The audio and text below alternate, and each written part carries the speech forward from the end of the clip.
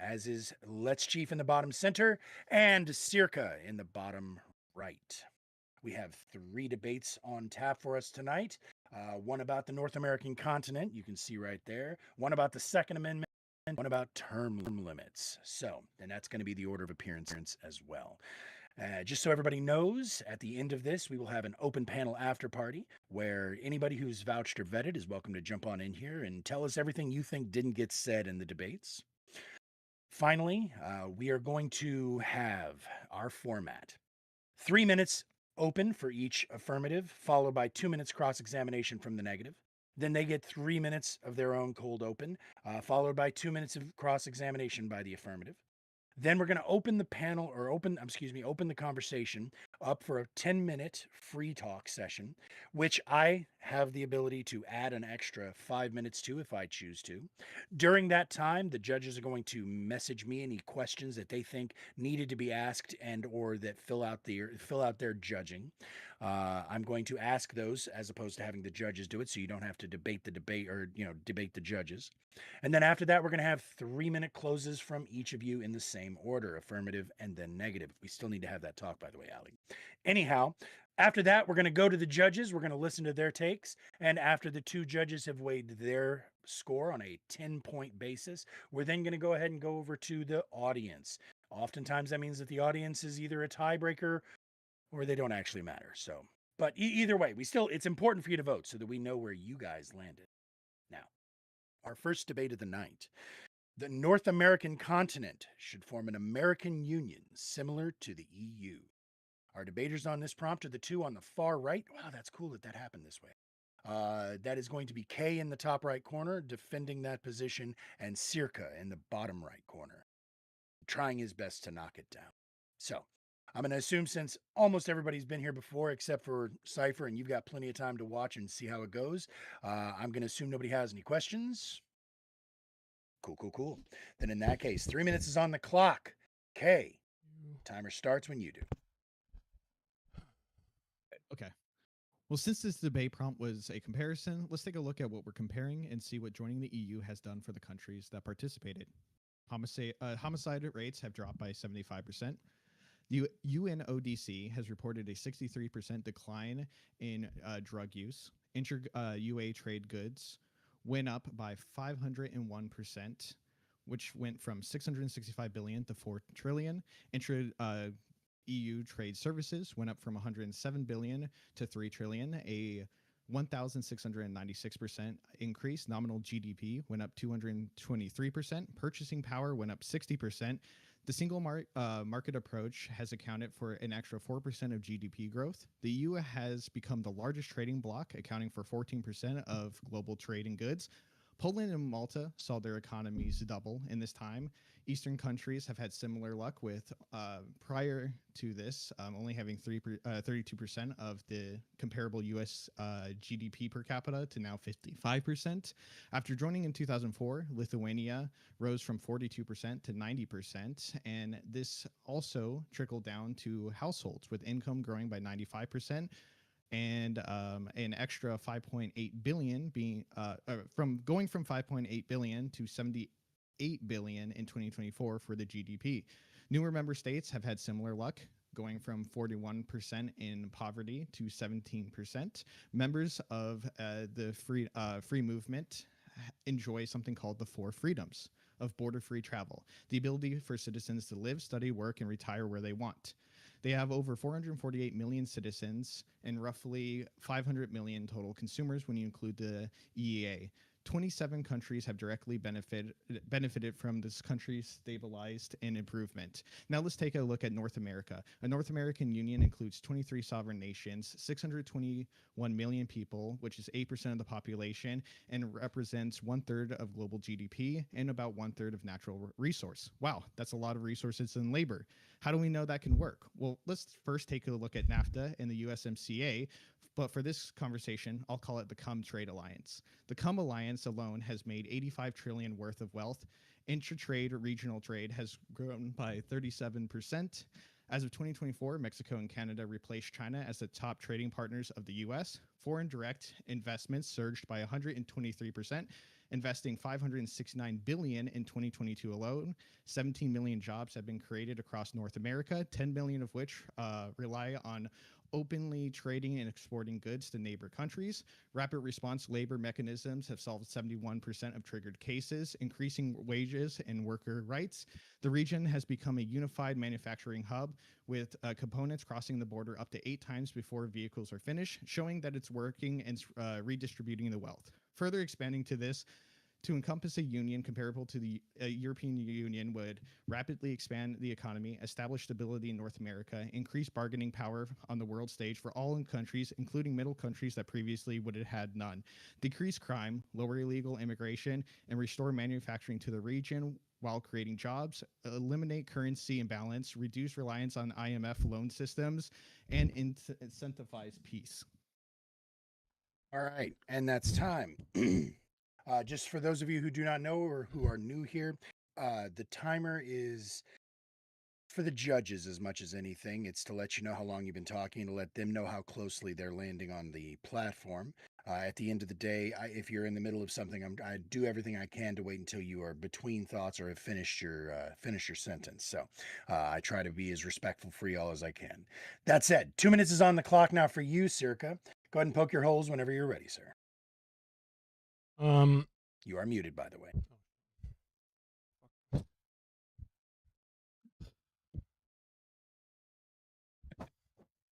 You are still muted, Circa. Sorry, I was looking for my Discord thing. Yep, you're good. Go ahead. That was a lot. A lot of it's pretty cool, pretty positive stuff about Europe's integration over time, which I don't think anyone would dispute. But would this union include like a shared currency? It could. It could. I mean, if it's like the EU, yeah, then it would probably be like a euro, right? Yes, it could. Again, with the EU, not every country is on the European. So how do we deal with the imbalance between, like, Mexico, for instance, is quite a different level of development compared to the U.S. Do we just let Mexico use the U.S. dollar, or like take out debt securities, or how would this work? Would we just use the dollar? Phase integration the same way that Europe did. Okay, so build up the economies. I don't think that would be as positive as it relates to like the euro in Europe, for instance, right?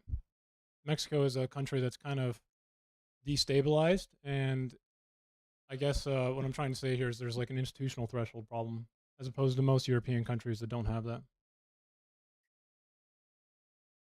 I mean, a lot of European countries started from a way poorer and more unstable location, or especially when it came to like post USSR. A lot of the Eastern Bloc like suffered. And most of those countries aren't in the EU though, aren't they? I'm pretty sure only like 2 or 3 of them are, right? I mean, I'm missing out on the Balkan or the northern countries next to Finland, but most of those countries are not really in the EU for that reason, kind of.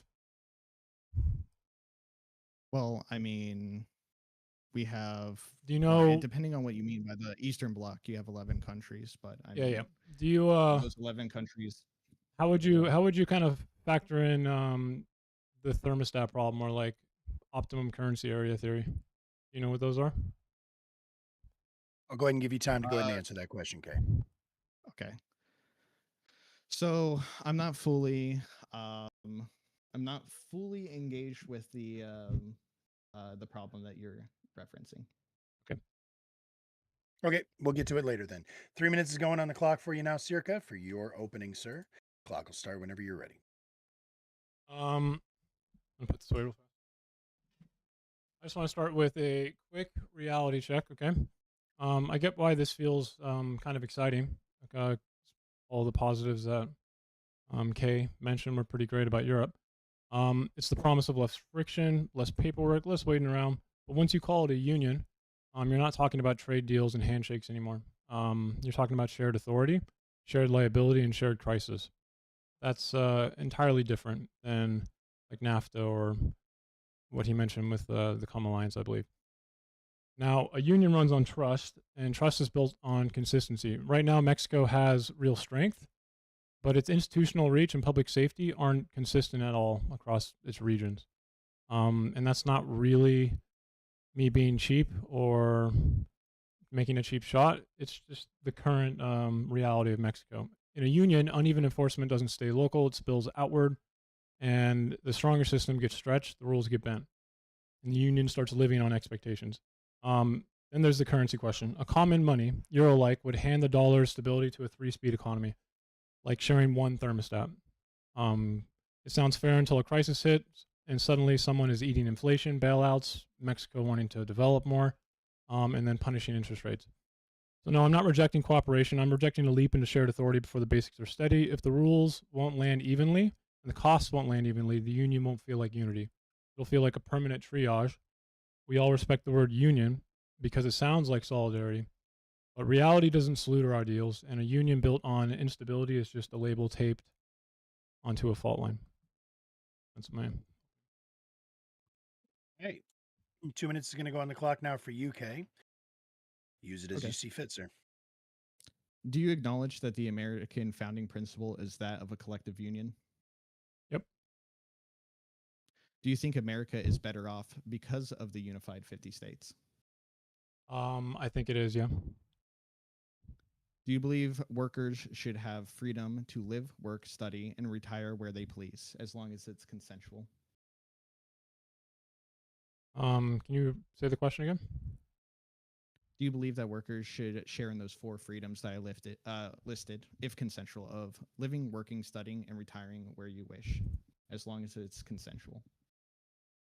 I guess, yeah. Do you think other countries would be worse or better off trading with the U.S. within a free union? Which countries are you talking about? The other countries that would participate in the union, there's 23 Okay, so of we're them. just talking about North America, right? Yes. I think Mexico may benefit in the short term. I'm not sure about the long term. The U.S. would most definitely not benefit, and Canada probably would not benefit. Do you think people would be more or less free under an expanded North American Union? They would not be more free if we just made a union between Mexico, Canada, and the U.S. That's the end of my questions. Well, then in that case, 10 minutes is on the clock. Feel free to just converse as you guys see fit. Go ahead when you're ready. Yeah, I would like him to start with like the money thermostat if you want to go there. Do you want to elaborate on like pinpoint and specify what you think the major problem is? Yeah. So the needs, as well as how the U.S. spends money, are going to be greatly different than Mexico, right? Now, you probably could quickly think that the same would be true for something like a European country that's near the Eastern Bloc, like you mentioned earlier. But Mexico is not in any way close to being developed, even in the same realm as, let's say, Poland. Okay, at the end of the Berlin Wall falling, Mexico is institutionally extremely weak, and creating a union with them wouldn't really benefit them or benefit the U.S. And what I mean by the thermostat would be we have 3 different countries that are trying to do 3 different things, because Mexico needs to do something other than what the United States does right now to make sure it's institutionally strong. And then we could probably talk about this, but right now it's not even, it has nothing to bring to the table. And I don't mean that to be like negative against Mexico inherently. It's just it needs to develop more. Yeah, but I mean, the prompt doesn't say, do we need to right now form an American Union? Obviously, you can do incremental milestones to reach this goal. It's a general question if we should do that. I mean, the timeline. I think we should can not do shift it and right we can now. have an argument. Yeah. Okay. Like as in like snap your finger right now. I think pretty much every economics professor would agree with this. I think this would be something that you roll out over time. I mean, Well, I want to address that. Do you know for a fact that Mexico will at some point be able to meet the expectations that we're talking about? No, nobody knows. Okay, so what you just said is not relevant. You can't just assume. You can't just assume it'll happen in the future if you don't know whether or not it will happen. I don't really know what you're trying to say. I'm setting benchmarks for us to try to achieve. The idea is, should we try to be achieving a economic union similar to how Europe chased and achieved it? Yeah. a lot of things, in the world we probably right? should do. Whether it's pragmatic or actually works is a different question. Yeah. And every step that we've taken closer to union-like behavior has benefited North America. You mean benefited the substantially. United States? So why would we? You're saying that Canada and Mexico did not get anything out of NAFTA? I mean, no, they did. They did. We got the ability to not have any import tax or like excise fees, things like that. And then it kind of made the American worker probably a little worse off, if I'm being honest, but it's worse off when we have more jobs and higher wages and more economic financial investment into America. Seems kind of weird. NAFTA does more than just that. I mean, what do you think NAFTA does? Well, there's quite a few things. I mean, you would have to be specific on what you think that it is. How do you think it makes more jobs for Americans? How do I think? By a pretty much long story short is that by expanding our trade with other countries, where you need to have people to make these parts, ship these parts, assemble these parts, shift around how these parts are going. As NAFTA allowed companies to build factories in Mexico and Canada, shift the jobs out of the country, and then let them come in with no taxation. So I don't know what you're talking about. That's why a lot of things are assembled in Mexico and Canada. It set labor standards. It set new rules for automotive, set labor standards. It increased our digital trade as well. It set labor standards for the countries that are in NAFTA, yes, like Mexico. They have to build, assemble the cars to a standard, yes. That doesn't mean it made jobs for Americans. Why don't you think it made jobs? Like, do you have any statistics that show that it didn't make jobs?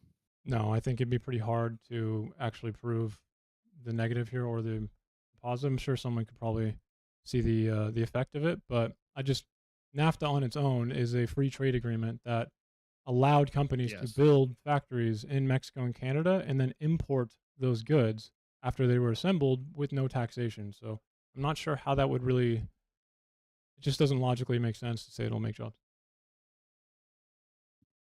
Because people need to facilitate this.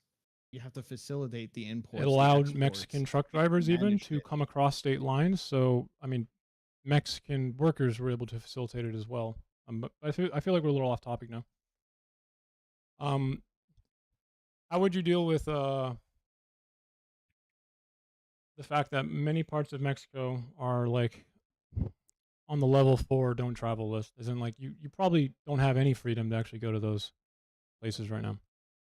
To be in direct contrast to what you said earlier. I think that we should be in contact with the Mexican government and provide military aid to help pretty much clean up a lot of the situations there. Do you think that'll help? What are we going to do? Just like roll through the jungle and carpet bomb everyone? I feel like the Mexican government cannot handle it right now because of its institutional strength, but I mean, how would you go about doing that? Strength of Mexico or the cartel? Institutional strength of Mexico. The government is not. It doesn't have the ability to stand on its own yet. The cartels essentially are intertwined. That's why they would need help from the U.S. That's how making pathways to build a union would probably start by the U.S. Negotiating with Mexico for resource deals and trade deals. We do that already. We don't need a union for that, though. In exchange for military intervention there. See, the problem with military intervention, man, is that these are Mexican citizens, right? And I mean, how are you supposed to know if someone's in a cartel? I mean, we have one of the most advanced, like, I'm talking about every single person you come across in like the Sinaloa. Well, you're not going to know if every single person is in a cartel, but the cartel has to travel in caravans to dispel the drugs, pretty much. Most of it is legally going through ports of entry as well. So if we get that, I want you to understand it's going to be a lot harder than just sending the military in when it comes to it's going to take also tightening the legal entry ports and the border and doing more thorough inspections, which is going to need more people, more money. This is something we can negotiate with Mexico. Okay, you know that this probably, even if we did wipe out all the cartels, that may leave Mexico vulnerable to where people who aren't the cartels could just fill in the space, and it could end up being worse. You think we should take that risk? Yes. Okay. Why would you do nothing about the cartels and let it sit? Why take the maybe risk and speculation that something might get worse if you try to address the problem? I mean, historically speaking, I think we can probably say it usually ends up worse. But Historically, in what regards? Like, who are you pointing to? Like the probably Middle every East? Latin American country in South America. Sorry, when's the last time we decided to have consensual talks and unilateral agreements with Latin America to help dispel No, cartels? when we try Last and do time I nation checked, building, I'm throwing in nation building a little there. Well, the nation building that you're talking about is on unconsensually going in and overthrowing, like a socialist leader here, or funding. Part of it's a business consensual. to Most of those are consensual with at least some people in the country. So, Yeah, at least some people. I mean, we're talking about two different approaches. I do not believe in doing this by pure force. I believe that the only path forward to cleaning up this continent and having this unilateral trade is through consensual bridge building. one last thing before, because I think Doing again we're nothing. getting off topic. But how do you know the people you're talking to consensually are even trustworthy? I mean, same way that we do with anybody, pretty much. Like, we talk to them. If they Well, hold we to do the know when agreements, we hold to our Macron from agreements. France, even though But he's they a don't. weirdo, okay, we do know he's at least Okay. trustworthy, but we don't actually when we talk to Mexico at the moment, unfortunately. But I want to circle around to how migration would kind of work. Okay, so if we Okay. if we allowed Mexico to come into a union with the U.S., what do you think would happen to wages Yes. in the U.S.? I think that overall they would grow and or remain the same. How much does a bus driver in Mexico make per day, and how much does a bus driver in the U.S. make per day? I don't know. Do you have the stats right off the top of your head? I don't. I can tell you a Swedish one, but my point is that we all know it's a It's going to be lot a lot less. lower. It's a lot less in Mexico, right? Okay. So if you are a Mexican citizen and now you're in a union with America, why are you just going to stay being a Mexican bus driver? Wouldn't you just go to America and make 60 times more money driving a bus doing the same job? This is again under the presumption you have that you would instantly snap your fingers and do this. The building up. I'm just addressing the Mexico. question of whether or not we make a union with Mexico. I mean, do you think there should be no migration movement at all, or? I didn't say there'd be no migration. Obviously, I didn't say you did. I'm just trying to figure out what you mean by a let me union. finish. I could be able to answer that. Yep. Thank you. Yeah. So at different phases, you're going to have different levels of integration. You don't just say, "Hey, everybody, come over immediately." You have to build infrastructure and stabilize the country before, you lift a lot of the restrictions that are in place. And how are they going to do Eventually, that? you Are would they have going to more use and their more own money border- or our currency? They would most likely stay on their currency for the beginning phases with the option to buy into the American currency. I mean, they already hold a shit ton of it as its reserves, but they could Mexico? transfer over into the US dollar. Mexico? Every country has a shit ton of USD in their reserves. Yeah, I mean they have a lot of countries have a lot of debt too. And that's not that much, I promise you. Mexico dumping their treasury bonds of US dollars wouldn't really do much. I didn't say they should dump US bonds. I don't know why you're referencing that during this. You mentioned their amount in reserves, right? So how much money in US dollars they have, but so Yeah, but they why would use does their that own equate- use their own money. Isn't this just kind of like not doing a union then, and then just like waiting until they're like institutionally stable enough? You already admitted that it's still a union when the European Union was. I mean, when the European Union started, not everybody adopted the euro, and not every single participant adopts the euro. Mhm. Even the UK, literally kept the pound during this. You're making Yeah, they did. Assumptions. Well, I'm not making saying- assumptions. I am trying to figure out. My questions are questions. They're just trying to figure out what you mean when you say union. I mean, the prompt is pretty clear. But that's why I'm asking you questions on what you But you said, want yeah, this to be. they didn't drop the pound. What are you talking about? The UK still operated on the pound when they were part No, of the I euro. said that. I said they You were right. I didn't say you were wrong where they Oh, dropped the okay, comma. Yeah. sorry. Okay, I'm sorry, just I was asking. missing I am just asking questions to figure out what you mean by union, right? And to me, it seems like it's not really much of a union at the moment. It isn't as much of a union at the moment. Yes, that's why you build up the unions. It takes time. A tree isn't a tree when it's a sapling. It's a sapling and then it becomes a tree. Yeah, again, All right, we're just, so I'm yeah. gonna go ahead and jump in there real quick. Because we actually do have a few questions from judges. Also, if the other judge does have any questions, go ahead and make sure and send those to me. But we have a couple questions from one of the judges, and we actually have two questions from me. So I'm going to put 1 minute on the clock for each of these questions. Looking at you first, we're going to go 1-2-1-2 with y'all. So first question is for you, Kay, on the affirmative. Would you support a global union? A global union? Would you support the formation of a global union similar to what you're proposing for the North American continent? I mean, if it's a global union, then you wouldn't really need a union at all, unless if you just mean like, hey, we all just agree to the same like terms. Wouldn't really be necessarily. I guess yes, if everybody is just agreeing to the same terms, I don't see why like if everyone's consenting, why you wouldn't do that. All right. Now, looking at you, Circa, for the negative question for you. First one is, do the benefits of the Union of States benefit each state equally? In your arguments, you had said that one of the reasons you were against this is because of the imbalance of benefits. And you also mentioned that the unions of the states was beneficial. Do you believe that the states are benefited equally by the United States' union? No, they're not benefited equally, but they do benefit overall.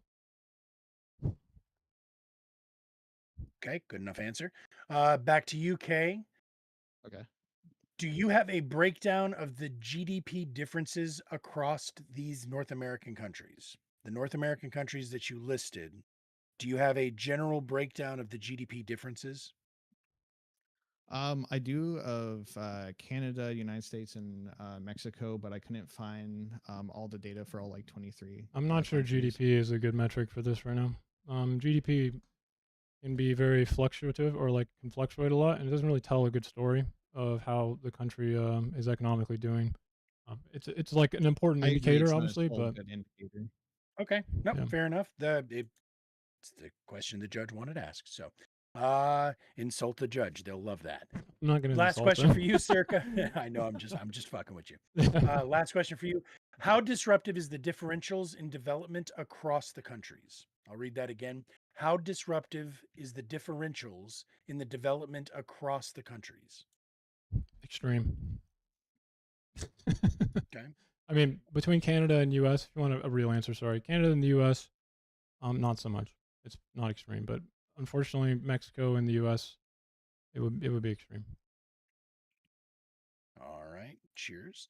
Now, we actually only have one question from our other judge, and it is for UK on the affirmative. And the question is, Mhm. the question the question is, there we go. Do you know of any instances of NAFTA creating jobs in the U.S.? I think that the question was asked about that during the debate, and I do not believe that it was answered. So, to the best of your knowledge, has NAFTA created or led to job creation in the United States? Is that for me? I believe it has. That's for Kay. Sorry. I believe that it has supported jobs in the U.S. and have created jobs.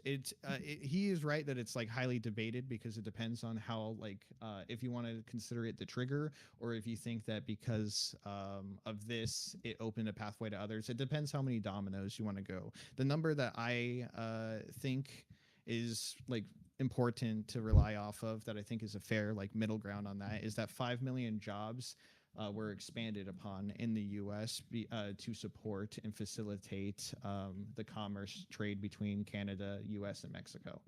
And from supported, a little you can vague. go You on mind like giving it's me a not source for that? direct creation. Yeah, let me dig it up for you. Yeah, sorry to interrupt. I just No want to see worries. the source. And no, it's okay. Well, and for what it's worth, I'm going to go ahead and now throw the same question to you, Circa, because it seems like you have an answer for it as well.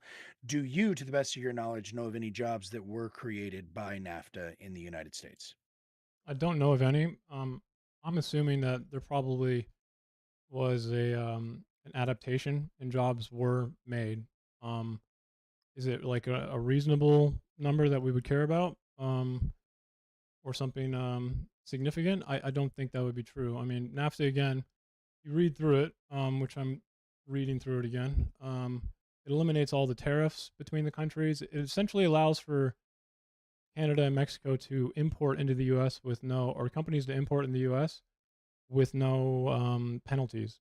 So again, it allowed companies to take jobs out of the United States, like factories, move them to Mexico to get cheaper labor, and then import the product with no tariffs and no penalties. So I, whatever amount of jobs it did create, I'm curious to see see if anyone's done any cross section analysis with how many jobs we lost because of it. Hey. All right, great questions. Thank you very much, judges. I'm going to go ahead and put 3 minutes, and to the audience member who contributed one of those. I'm going to put 3 minutes on the clock now. It is your time to close.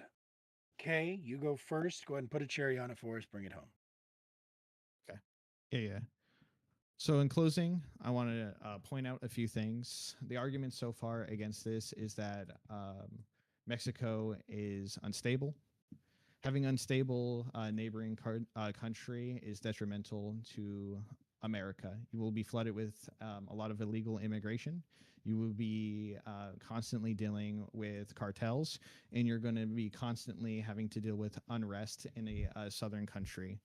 Through taking the steps to develop a North American Union, we start taking the steps to alleviate these problems and start building up our neighbor to alleviate problems of immigration, cartel, and the drug trade into America. To do nothing is to accept the loss of many American lives and to keep poverty because we're too afraid to take steps forward.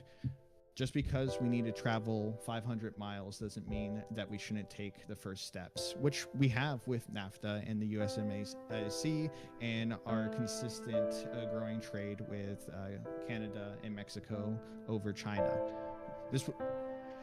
What I have provided is a lot of facts that support why this could help us and why we've taken steps that have already helped us and why we should expand on this. As I've said before, Europe doesn't, just because America's currency is strong, doesn't mean that every other country has to instantly accept it. BRICS doesn't all share a single currency. The European Union doesn't share a single currency. And I don't think that an American Union would necessarily have to share that. What I have shown is instead of what ifs and what about these and what about isms, I've provided fact after fact of viable data showing the benefits of the EU has received and related that to how an American Union can start and the benefits we can receive.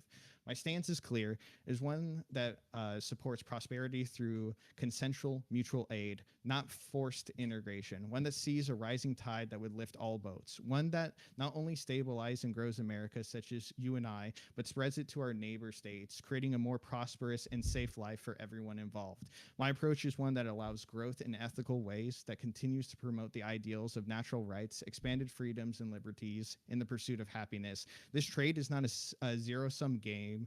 It requires cooperation that took us from wandering animals in the forest to being capable of seeing and understanding the farthest reaches of the universe. Even something as simple as a cell phone must be made from metals of mined workers, using tools from other workers, shipped to other workers, assembled by other workers, and ran on software from other workers. It is clear, together trade, we live a more prosperous life. I would like to see a world where the prosperity expands with our ability to connect with others. I want to see a future where we bypass these systems and aren't afraid of taking the steps forward. The future is building bridges, not avoiding them with what ifs. Great. Good stuff. 3 minutes is on the clock now for you, Circa. Clock starts when you do, sir. Okay. I think I'll close by saying that While the benefits of EU um, are there, the European Union are there. It is pretty faulty and a little bit naive to think that the cross-country analysis there, which is probably one of the weakest forms of economic argumentation, can overcome the institutional threshold problem with what we're talking about here between a union of Canada, Mexico, and the U.S. Um, monetary issue, monetary sovereignty, and again the optimum currency theory. Um, I haven't heard any answer on whether or not the shared currency would be safer when it does happen, and how shocks would work, how labor would move. Um, and then there's definitely going to be a massive issue with politics and the legitimacy of them. I mean, even right now, we have in the U.S. a very serious problem. And even in a union could be technically possible, it can create reoccurring political conflict.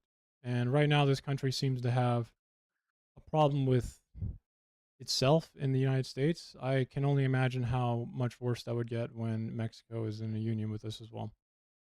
Um, and I don't agree with it, but I do think it is a predictable fault line at least. And then we did hear a lot of it gets easier as time goes on. So the integration story, which is very true. If we just assume it is true, it did work out for a lot of the countries in the European Union, but there's no reason to just think that we can just presuppose it in this case. Unfortunately. And we also didn't really get an answer to whether or not different needs, okay, are going to have some sort of policy gridlock. How representation would work within the U.S. Constitution. Do they get the same vote, even though they've contributed far less in terms of wealth? If we're just going to stick to an economic term here, I just don't see those questions being answered at all. I don't see them any reason to presuppose them. So I think I'll just close with that. The integration story isn't good enough for me. All right. Cheers. Well, there you go, everybody. That's our first debate in the books for the night. Hope everybody enjoyed that.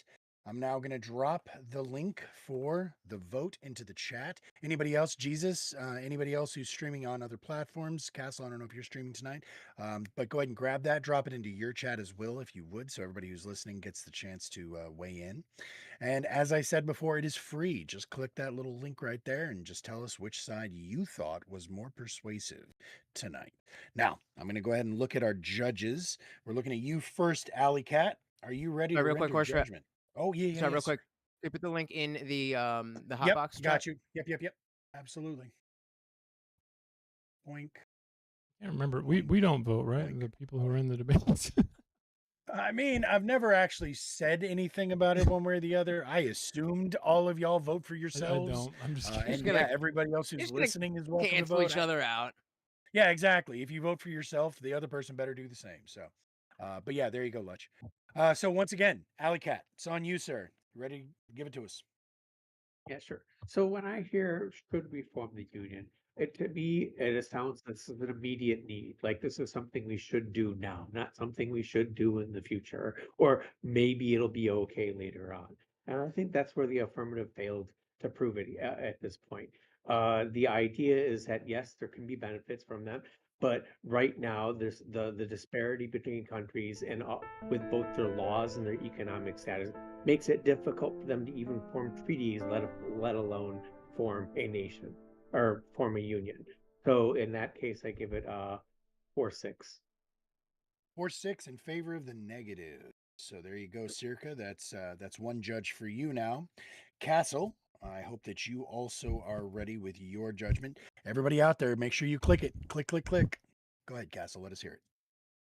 Yeah, so I think that based on the prompt, I would agree with Alicat, but I gave Kay the benefit of the doubt there because something this large, um, just realistically would probably have to happen over time. So I didn't really factor that in as much, although I could see how the wording could make it seem more of an immediate type of ordeal. But the way I saw it was that both of you had pretty good openings. I actually was looking forward to this conversation because I didn't really have my mind made up one side or another before this. And when Kay went with his opening first, I was pretty persuaded.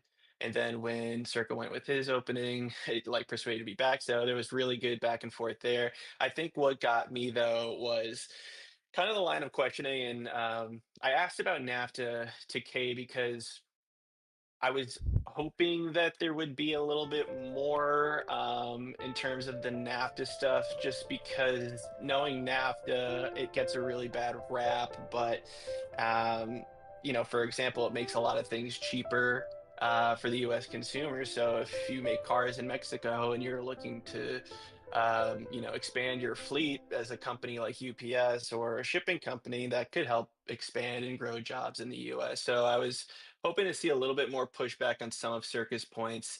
And I think the biggest thing, even outside of NAFTA, was just that when you talk about the government itself, Circuit kind of made a good point that he kept going back to Mexico being unstable. But in his conclusion, he talked about the US kind of being unstable too. So, what if Mexico thinks that the US is going to hell in a handbasket? Is that fair to them or fair to Canada if they get involved with our own bad dealings here? So, I think it was tough. I thought they both did a really good job, but I gave it 7-3 to Circa. Okay, so that's a 3-7 vote in favor of the negative. Circa is going to be our winner tonight, regardless of what the audience says. But I still want to hear what you guys think because the points do matter. We keep track and we keep score, and we have a ranking system and a whole 9 yards.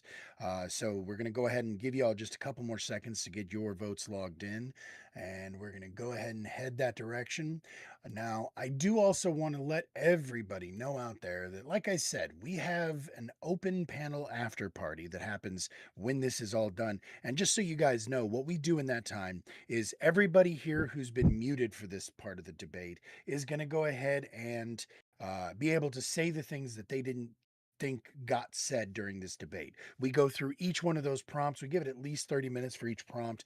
And we do what we can to try to fill in the blanks and kind of discuss and pick it apart. Because for those of you who do not know me, I take stupid amounts of notes, and I really want us to get through a lot of this because I've got questions and I've got pushback, and I want to debate every damn one of y'all. So that said, stick around. And unfortunately, like I said, I don't know for sure if Kay's gonna stick around, but just so you know, Kay, we will miss you because we are going to be debating this much further in the after party. But with that said, we're going to go ahead and head over to the voting.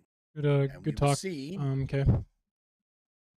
I appreciate it. It was pretty good pushback. So the voting is locked in and it is tied. So the audience was split decision 50-50. So with that said, the win still goes to you, Circa, but I can't give you that blowout status. So great job from both of y'all. Thank you both very, very much. And again, like I said, Kay, if you do have to dip, I understand. But if you can at least wait till the end of the VOD, that'd be dope. But if not, I get it. So looks like Let's Chief had to run off to go piddle real quick, which is okay because I've got a few things that I need to do here to get the next one set up. But we are going to roll straight into our second debate. I will know. Oh, there's his face. So we know he's done. All right. Then in that case, our next prompt is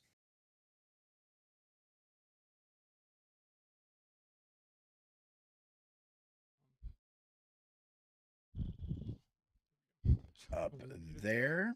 Let's see if we can get that to fit just a smidge better. There we go. Now, fun little side note on this particular prompt. Both of the debaters at some point, I heard them both say to someone or someone's, am I missing something here?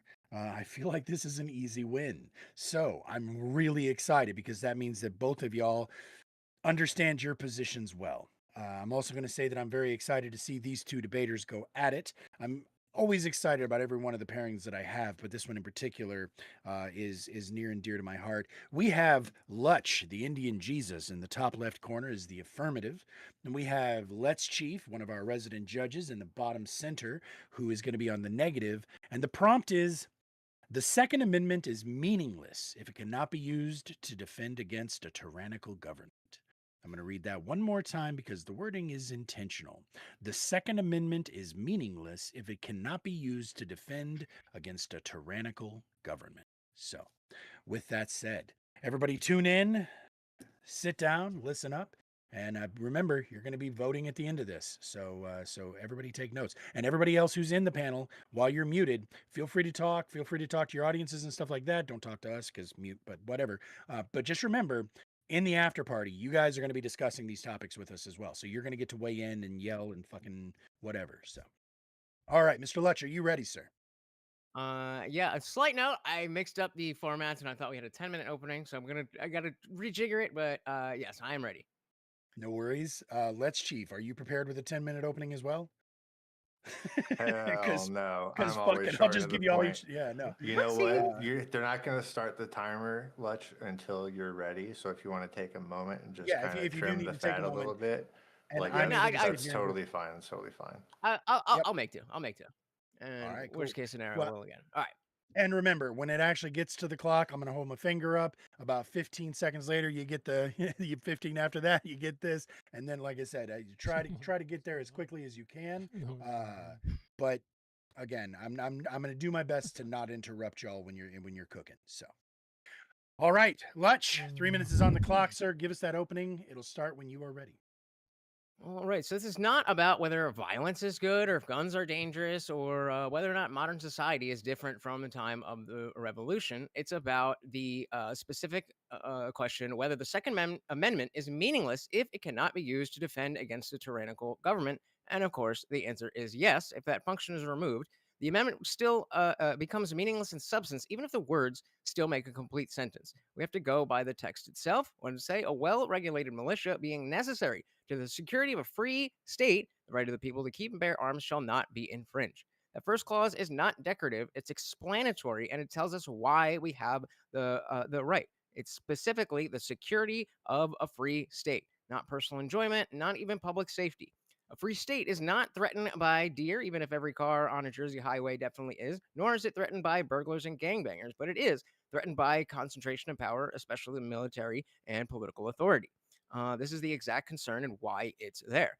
It was ratified less than a decade after the Revolutionary War, a revolution that was illegal, violent, and was directed against the lawful government of the time. The very people who wrote the amendment did this very thing. Of course, the militias don't talk about standing armies. They are comprised of the people themselves, armed in their private capacity. The standing armies were seen as oppression, and the militias were the opposite or the counterweight. So Madison was explicit in the Federalist Papers that it is a deterrent against federal overreach. It's not symbolic; it is practical. It rested on the understanding that ultimate force did not belong exclusively to the state. So this gets to what meaning is. I expect my opponent to focus on this and likely argue that even if the Second Amendment cannot be used against tyranny, it still has some meaning, perhaps hunting or sport or something else. But the constitutional meaning is not whether a right can be repurposed and whether we can change the words around and still get a sentence. It's about the function. A broken fire extinguisher still exists, but it's meaningless as a fire extinguisher if it is broken. A vote that doesn't affect outcomes exists, but is meaningless. And similarly, the Second Amendment, without being able to fight tyranny, is meaningless. Some will argue that we'll skip that. If the government gets to decide when resistance is allowed against itself, then the resistance simply will never be allowed. A right that cannot be exercised when only be exercised when the government approves is not a right; it's a permission. Perhaps the argument is that modern democracy, courts, and elections and all that stuff make it obsolete, but those are not self-enforcing. All that stuff has to have the threat of violence behind it. Second Amendment was never meant to be the first line of defense. It was meant to be the last. It is not let's skip that. Deterrence only works if the possibility of resistance is real. A government that knows a right can never be exercised has no reason to fear that right. Let me be clear. None of this is an endorsement of violence. It's the opposite. The entire purpose of deterrence is to present it. To strip the amendment of the core function while claiming it still has meaning is to preserve the shell while emptying it of substance and, dare I say, its meaning. Good stuff. 2 minutes is on the clock was- for you now, Chief. Yeah, no, well done. You were fighting yourself on that one. So, 2 minutes is on the clock, Chief. Go ahead and cross-examine when you're ready. The founding fathers, despite obviously believing in the right for people to engage in, declaring their own independence from a tyrannical government, when they set up the government, did they make it like a pathway for secession or rebellion, or did they outlaw it? Did they give a specific pathway, or I actually don't know if there's a specific pathway, but that is exactly what our country is. Right. Our country is founded on that, yet they did not allow for a legal pathway for that to exist, right? Right.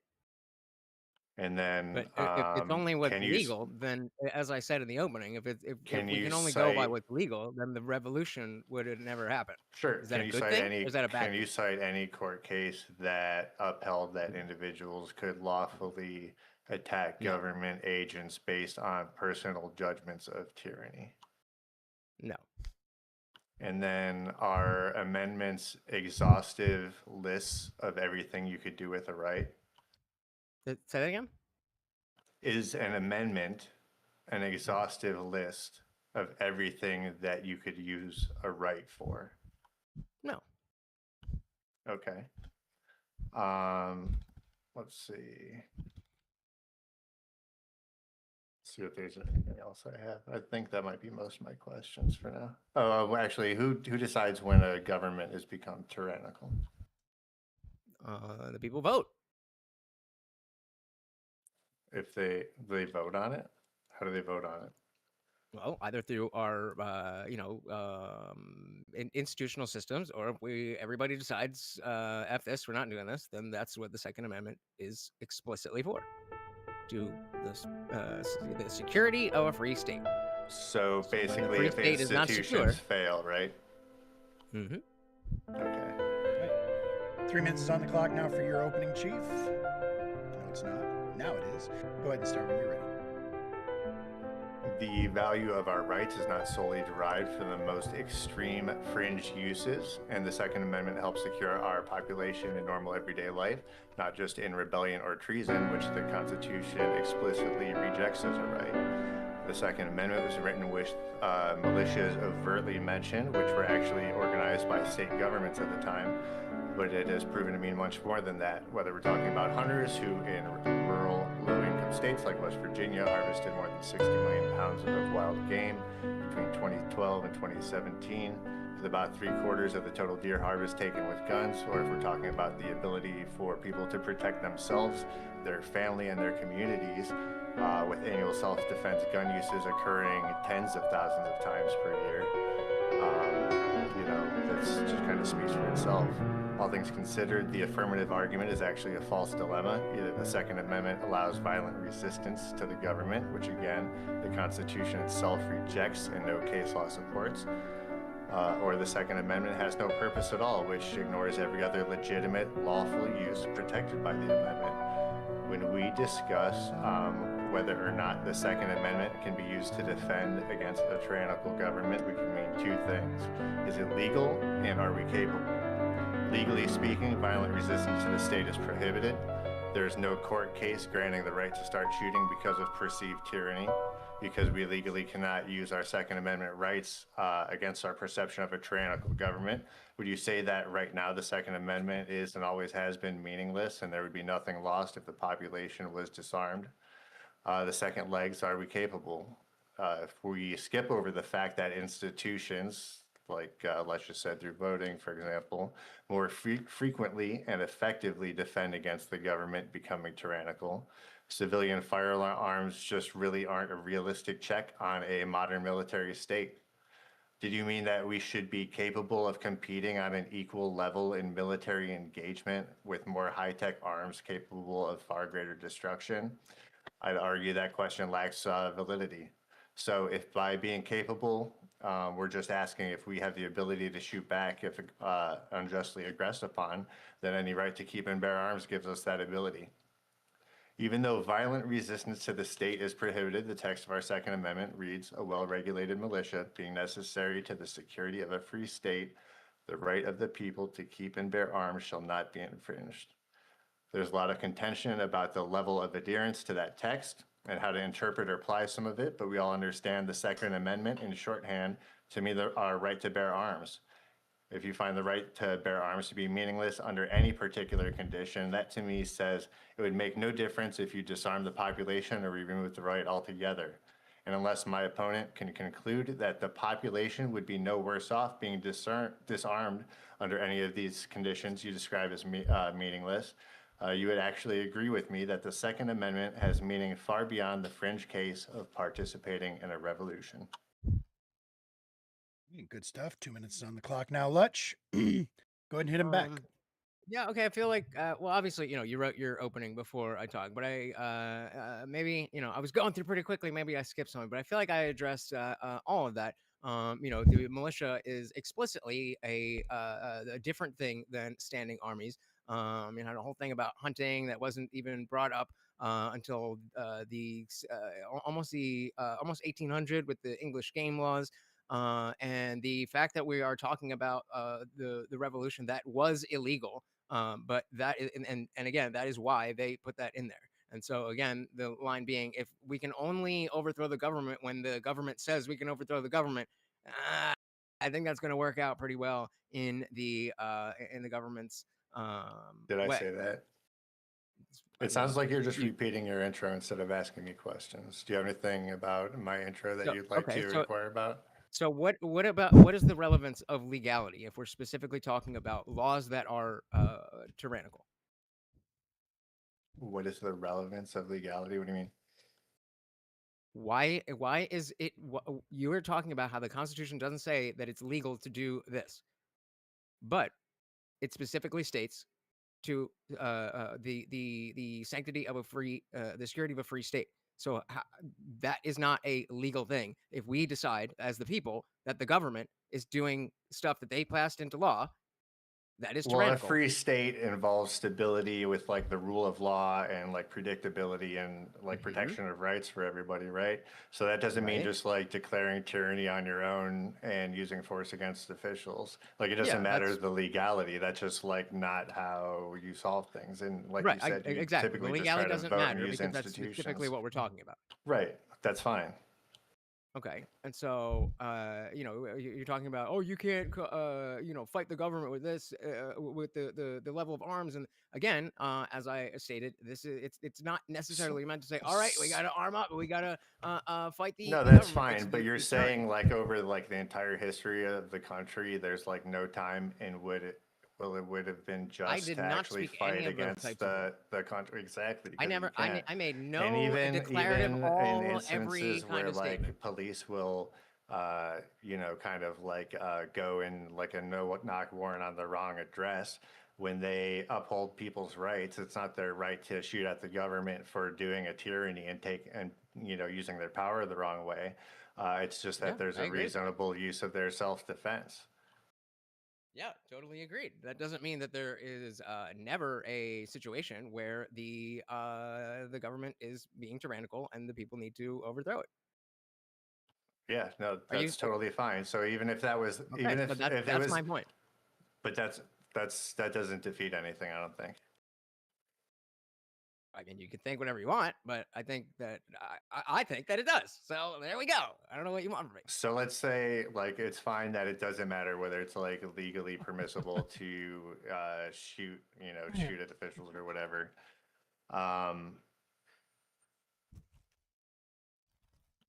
Sorry, train of thought.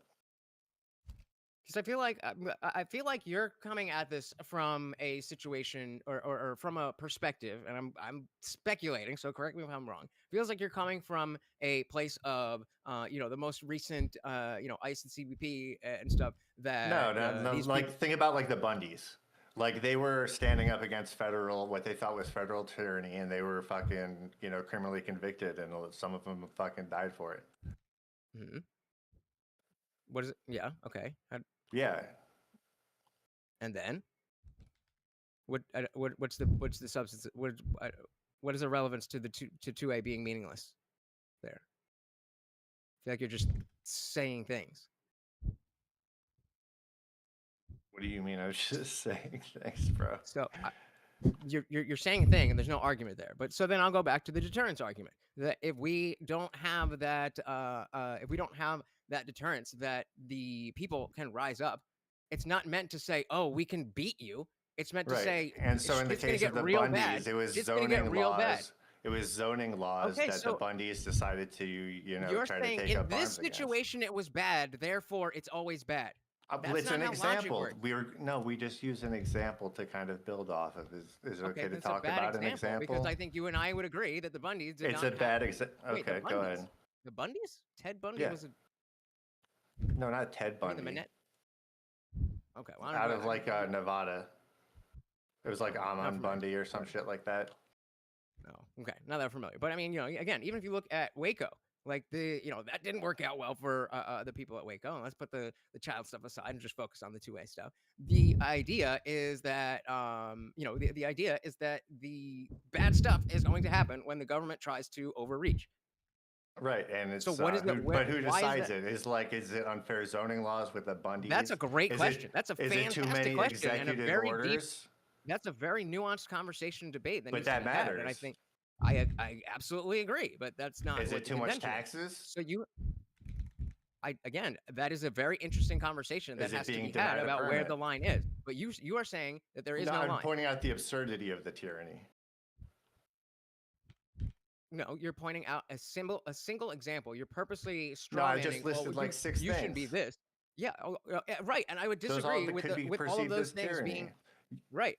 But that doesn't mean that Those- somebody. Do Go you ahead, say it. understand that because person A says this is Yes. tyranny, and we Yes. all agree Please that it's finish. not tyranny, that a situation could genuinely be tyranny.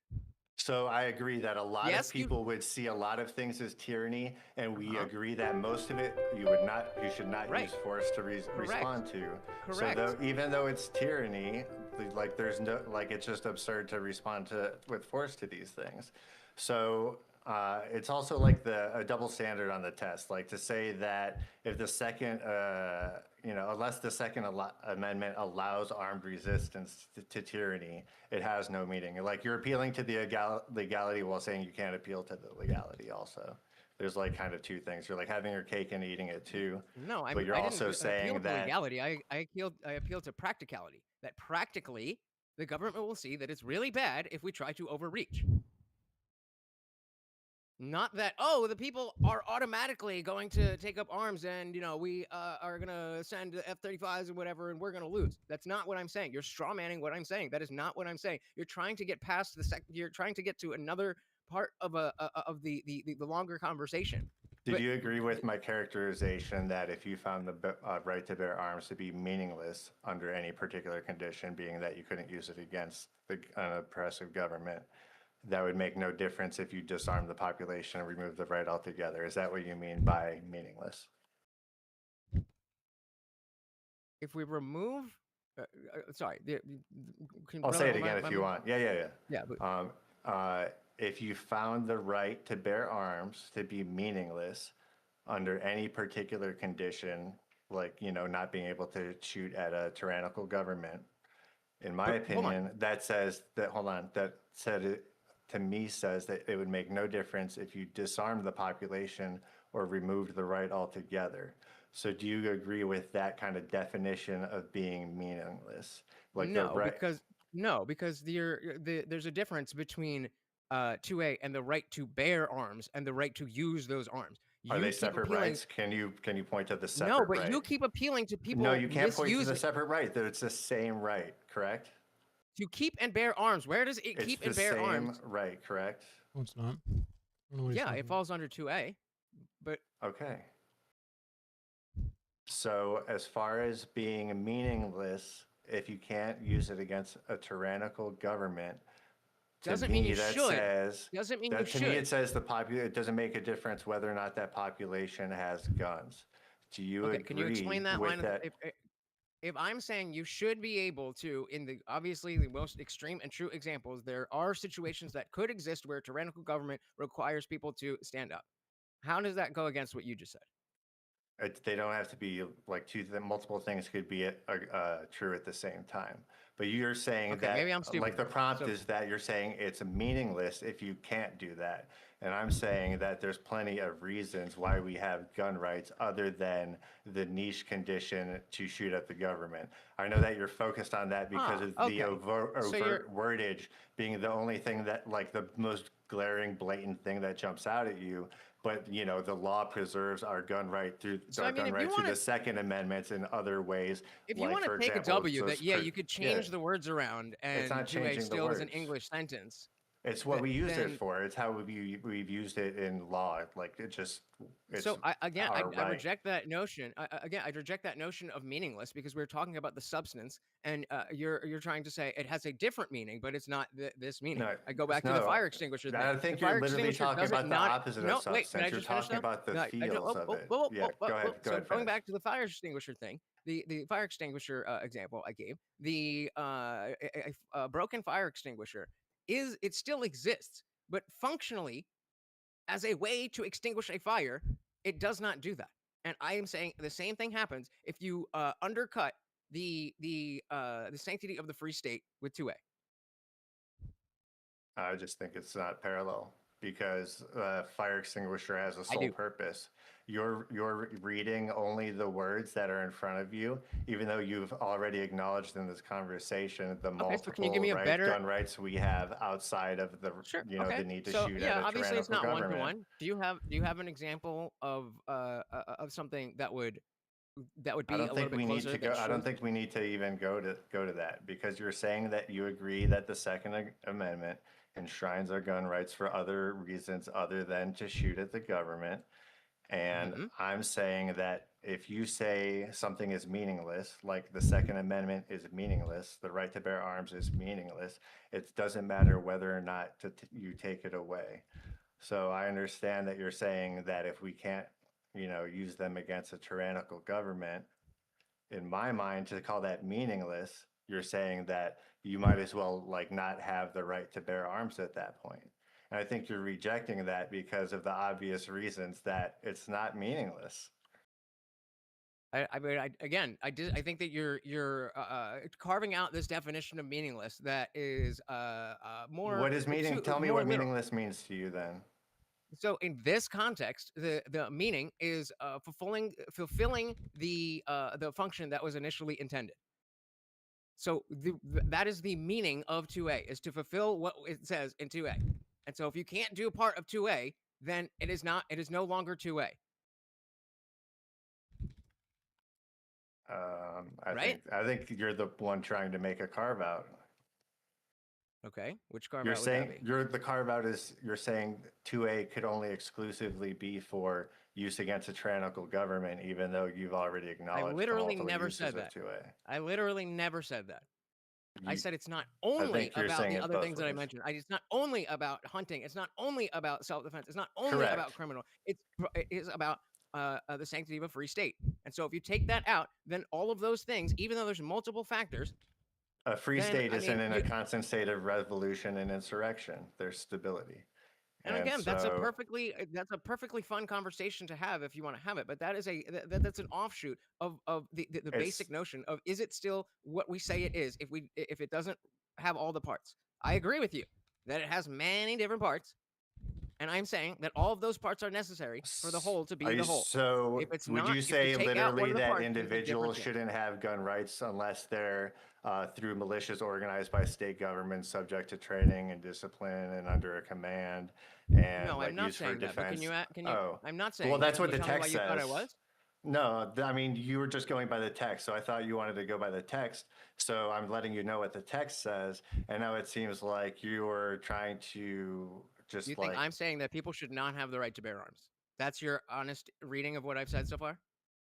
I'm showing Yeah, I you didn't think how so. I'm I didn't showing think you so. how Come on, brother. obvious Come the on, carve brother. out you're making. Yeah, it sounds like is. you just want to take away I'm- people's guns. As I'm actively arguing that people should be. I'm having guns and literally making sure showing that you the how free dumb state it has is its to be sanctity. super literal with the language. Because if you're super literal with the language, You that's mean what like you're that trying to means. be with I'm- meaningless? That No, it- I'm- it- it- Yeah, if you're saying it's meaningless, that means it's like, why should we have it to defend our homes? Exactly.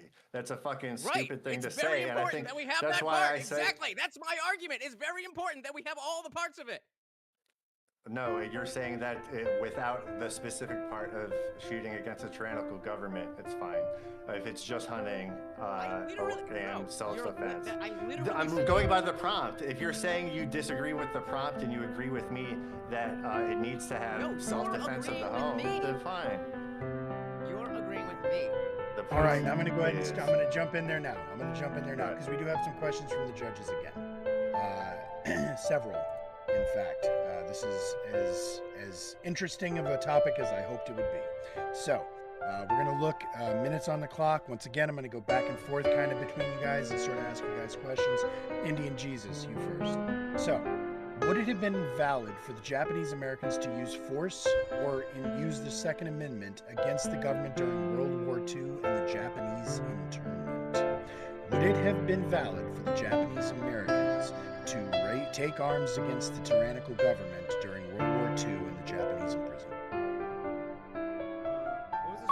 Would it be, what was this specific word about the Japanese? Would it be legal, moral? Would it be valid? Valid. So I mean, I think that argument could be made. But I do think again that the notion of whether a specific example is different than the basic prompts. But I don't think we would necessarily, I mean, outside of being Americans, and like let's say we transport that to a different country, like we see all over the place, and we see people fighting back. We see armed rebellions that our government backs and stuff. So yeah, I mean that's kind of what that's for. Okay. Now a minute on the clock. I'm glad they did. Chief. Glad they did, but Chief, have there been successful uprisings against the government in other countries without the use of arms?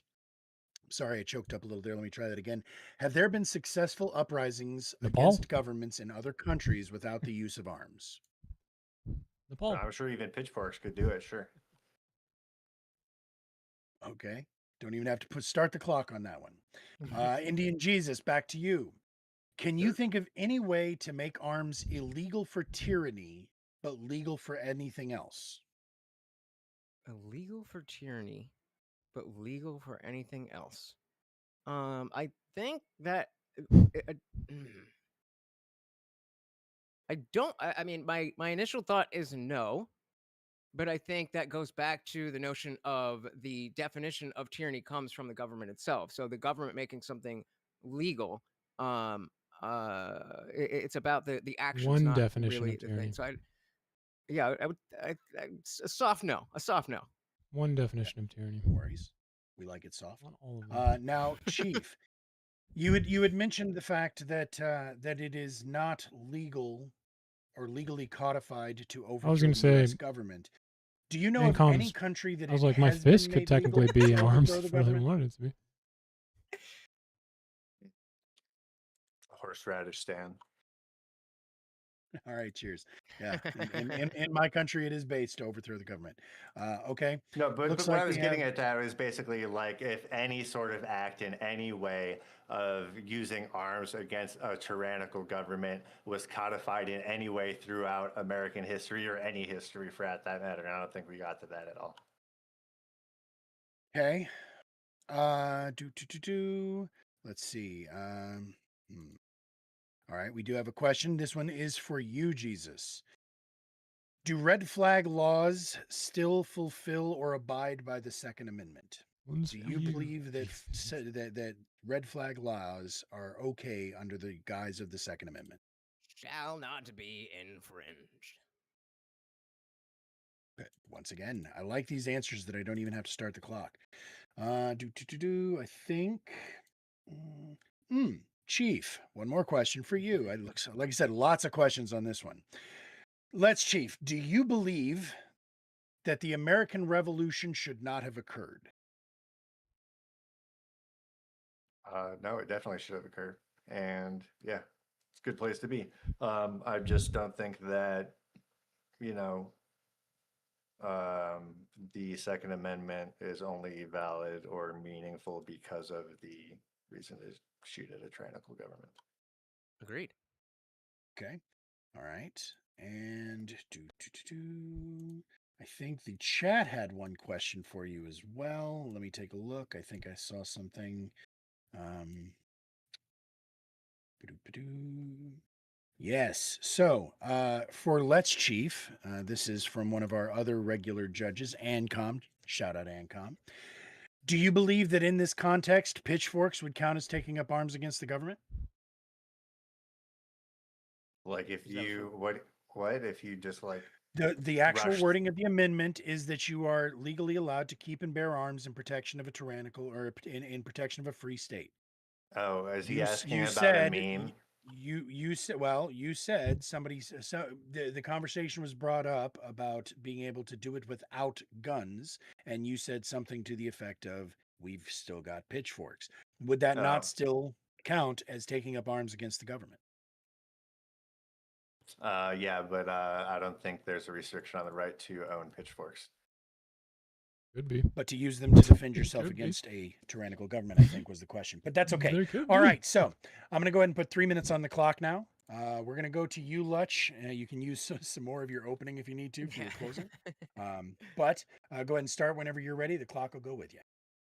Yeah, so I mean, I think essentially what I did lay out is what I was able to show, that the Second Amendment is a collection of things, and if you take away those parts, then it is not that thing. So again, I would never say that we should not have guns.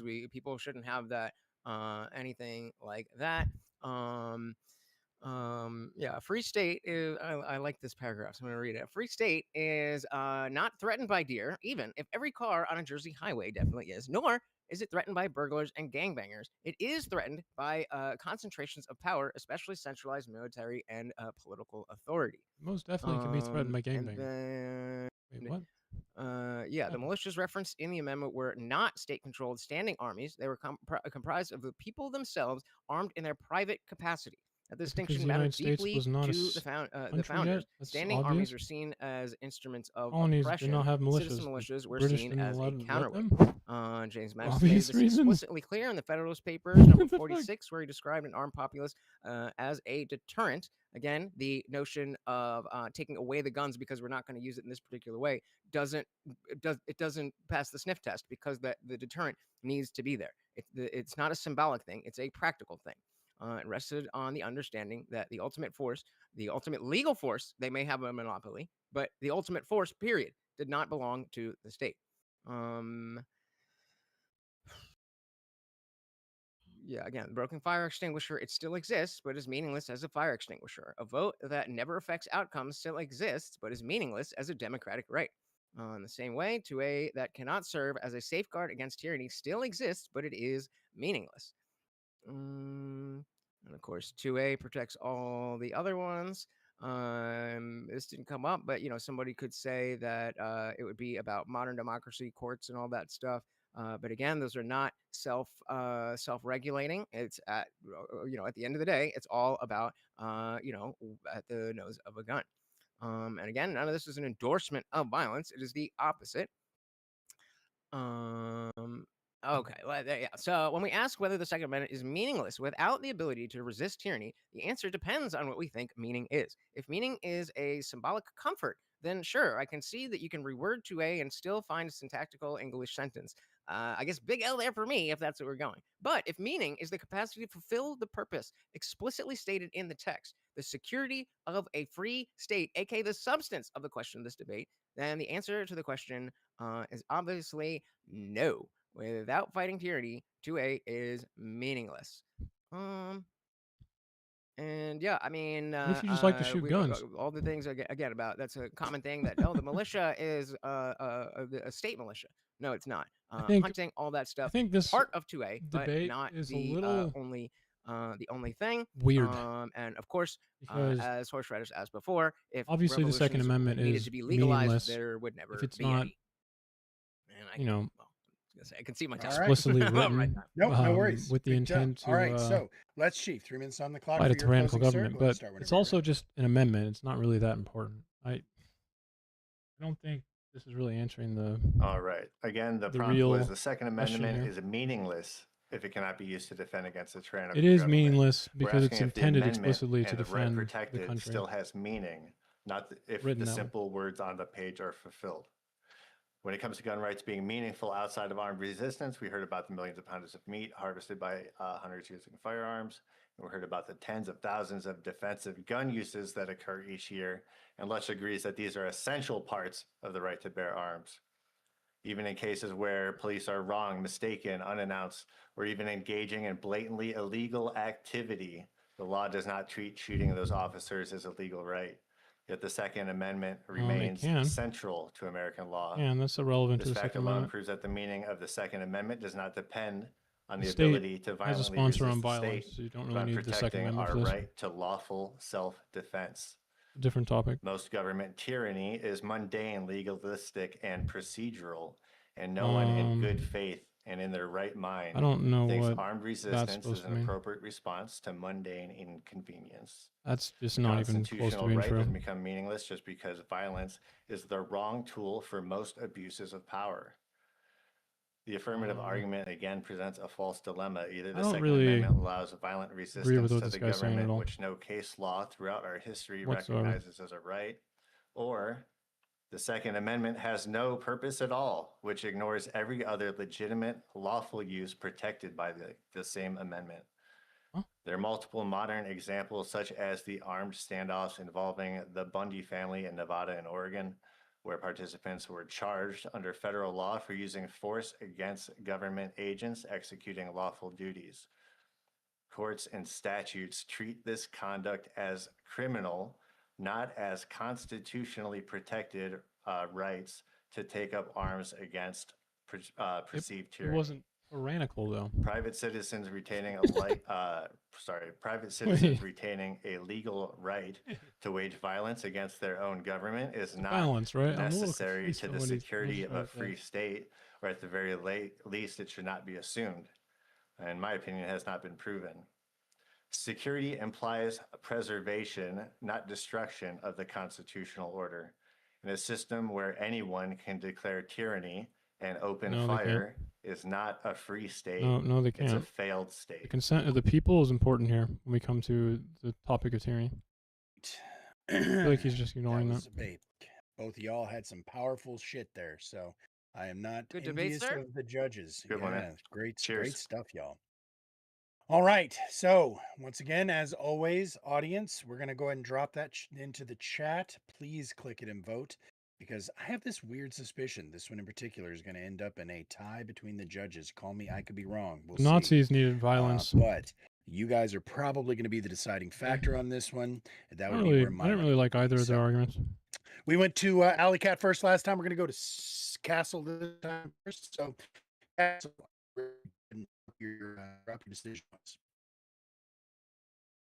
Think, All right. Good luck, sir. I didn't want to go first because I agree. I think it's good to kind of be in the decider. If Alley Cat went for Lush or went Me. for Chief, and I would go the other way because it was that close. But my mind was Why? swayed during the main conversation towards the end. I think the whole time, Jeez. and I thought about this last time with Chief's argument, that I liked it, but he just did not do a good enough job of defending his argument. And he did the same thing this time until he came up with the whole meaningless structure. And that's why I asked Lutch about red flag laws, because Lutch said that the reason why the Second Amendment wasn't being fulfilled was because if you take one piece away, then it doesn't work anymore. And when I asked about red flag laws, Lutch said that he didn't believe that was appropriate and fulfilling the Second Amendment. But I don't think anybody would call that unconstitutional. I mean, they exist today. They're considered constitutional in certain states. And so I think if you I don't know what don't I'm doing. believe that's the case and fulfills Second Amendment today, then I don't believe that you would think that it's also meaningless today. And so that's where Chief won it over for me. So 6-4. 6-4 to Chief. 6-4 to Chief. All right. Well, now we're going to go over to Alley Cat and see where you landed. What did you think, Alley? Well, again, this was definitely very close and very passionate, and I thought that was great. It was back and forth. I had to really, really put my own personal bias aside and discuss the arguments because and personal biases went one way, and yet I think it was made super, super close. Uh, I think one of the big issues or flaws was the whole idea of the legality argument. As stated in the question and answer, this doesn't exist anywhere. I don't believe that the legal argument is meaningful at all. Just because every government makes revolution illegal, and I will agree that if it gets to that point, it is a failed state. But that's the whole purpose of the Second Amendment is to allow that to become a failed state. And so the legal argument was what I think was what pushed it. Like I was really struggling with the whole meaningful thing and the whole idea that the idea is that it had to have self-defense that self-defense was also a meaningful aspect of the Second Amendment, even without that. But if you have a tyrannical government, then the self-defense is against that. So I mean, it still incorporates self-defense. If you end up with a tyrannical government. So again, it being close, I'll give Castle his wish. I'm gonna go 6-4 here. 6-4 for the AF. Okay. Yep. Well, there you go. Like I Alright. said, it just as Okay. I expected, it is going to fall into the lap of the audience. Now, I was a little bit slow on getting Lutch the link there, so I'm going to sit here and just kind of let my mouth jack for a second and say Don't that let his once again, audience just do like too much work. right, VPN. No, so What so the? I do want to say that as has already been acknowledged a couple of times, that was an absolutely great debate. Not that the first one wasn't. The first one was amazing as well, but you guys lived up to exactly what I was hoping to see from this. So I appreciate both of y'all for that and for showing up on this. So chat, please go ahead and click on that because it matters. And over there in Lutch's chat, I can't imagine which direction you guys are going to vote. So Chief, you might be up against it here, bud. We'll see. All right, we're gonna go ahead and just 1, 5, 4, 3, 2, 1, lock it in, and the results. Fuck.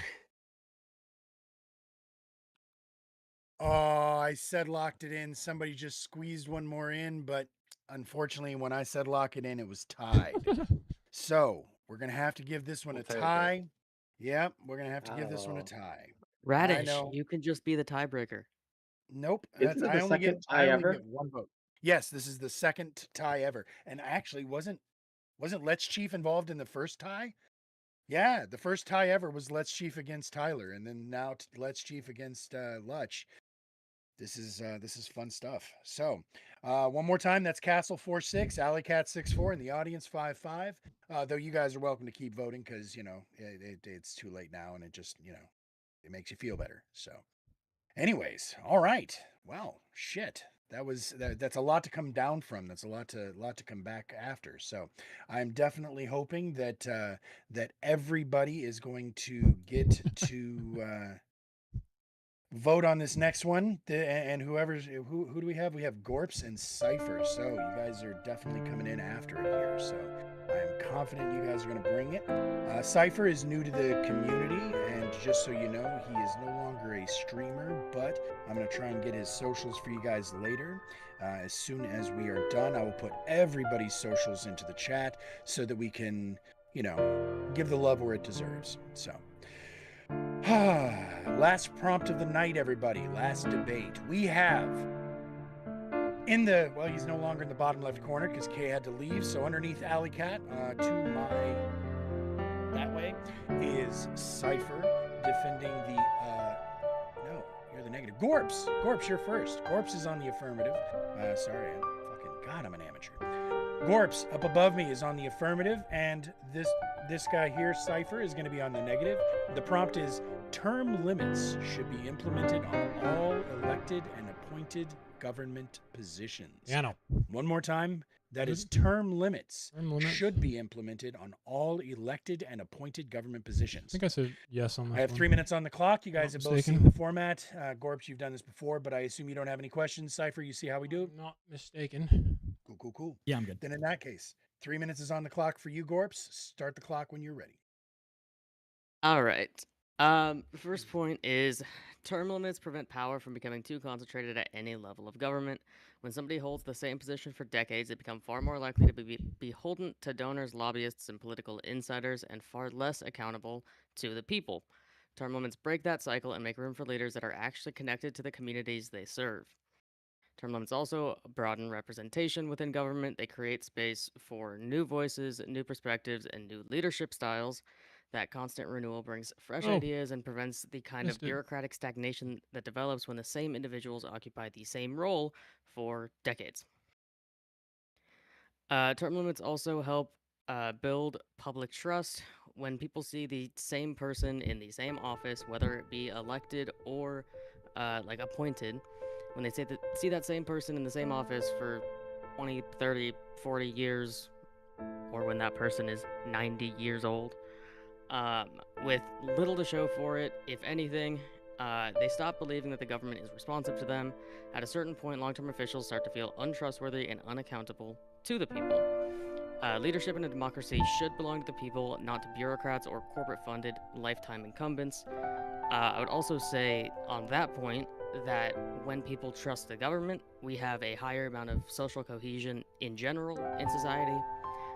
We have less people creating crazy conspiracy theories. We have less people protesting and doing all of the shit that just tends to cause problems in society. We also already accept the principle of term limits being important when it comes to the most powerful office in this country, being the presidency.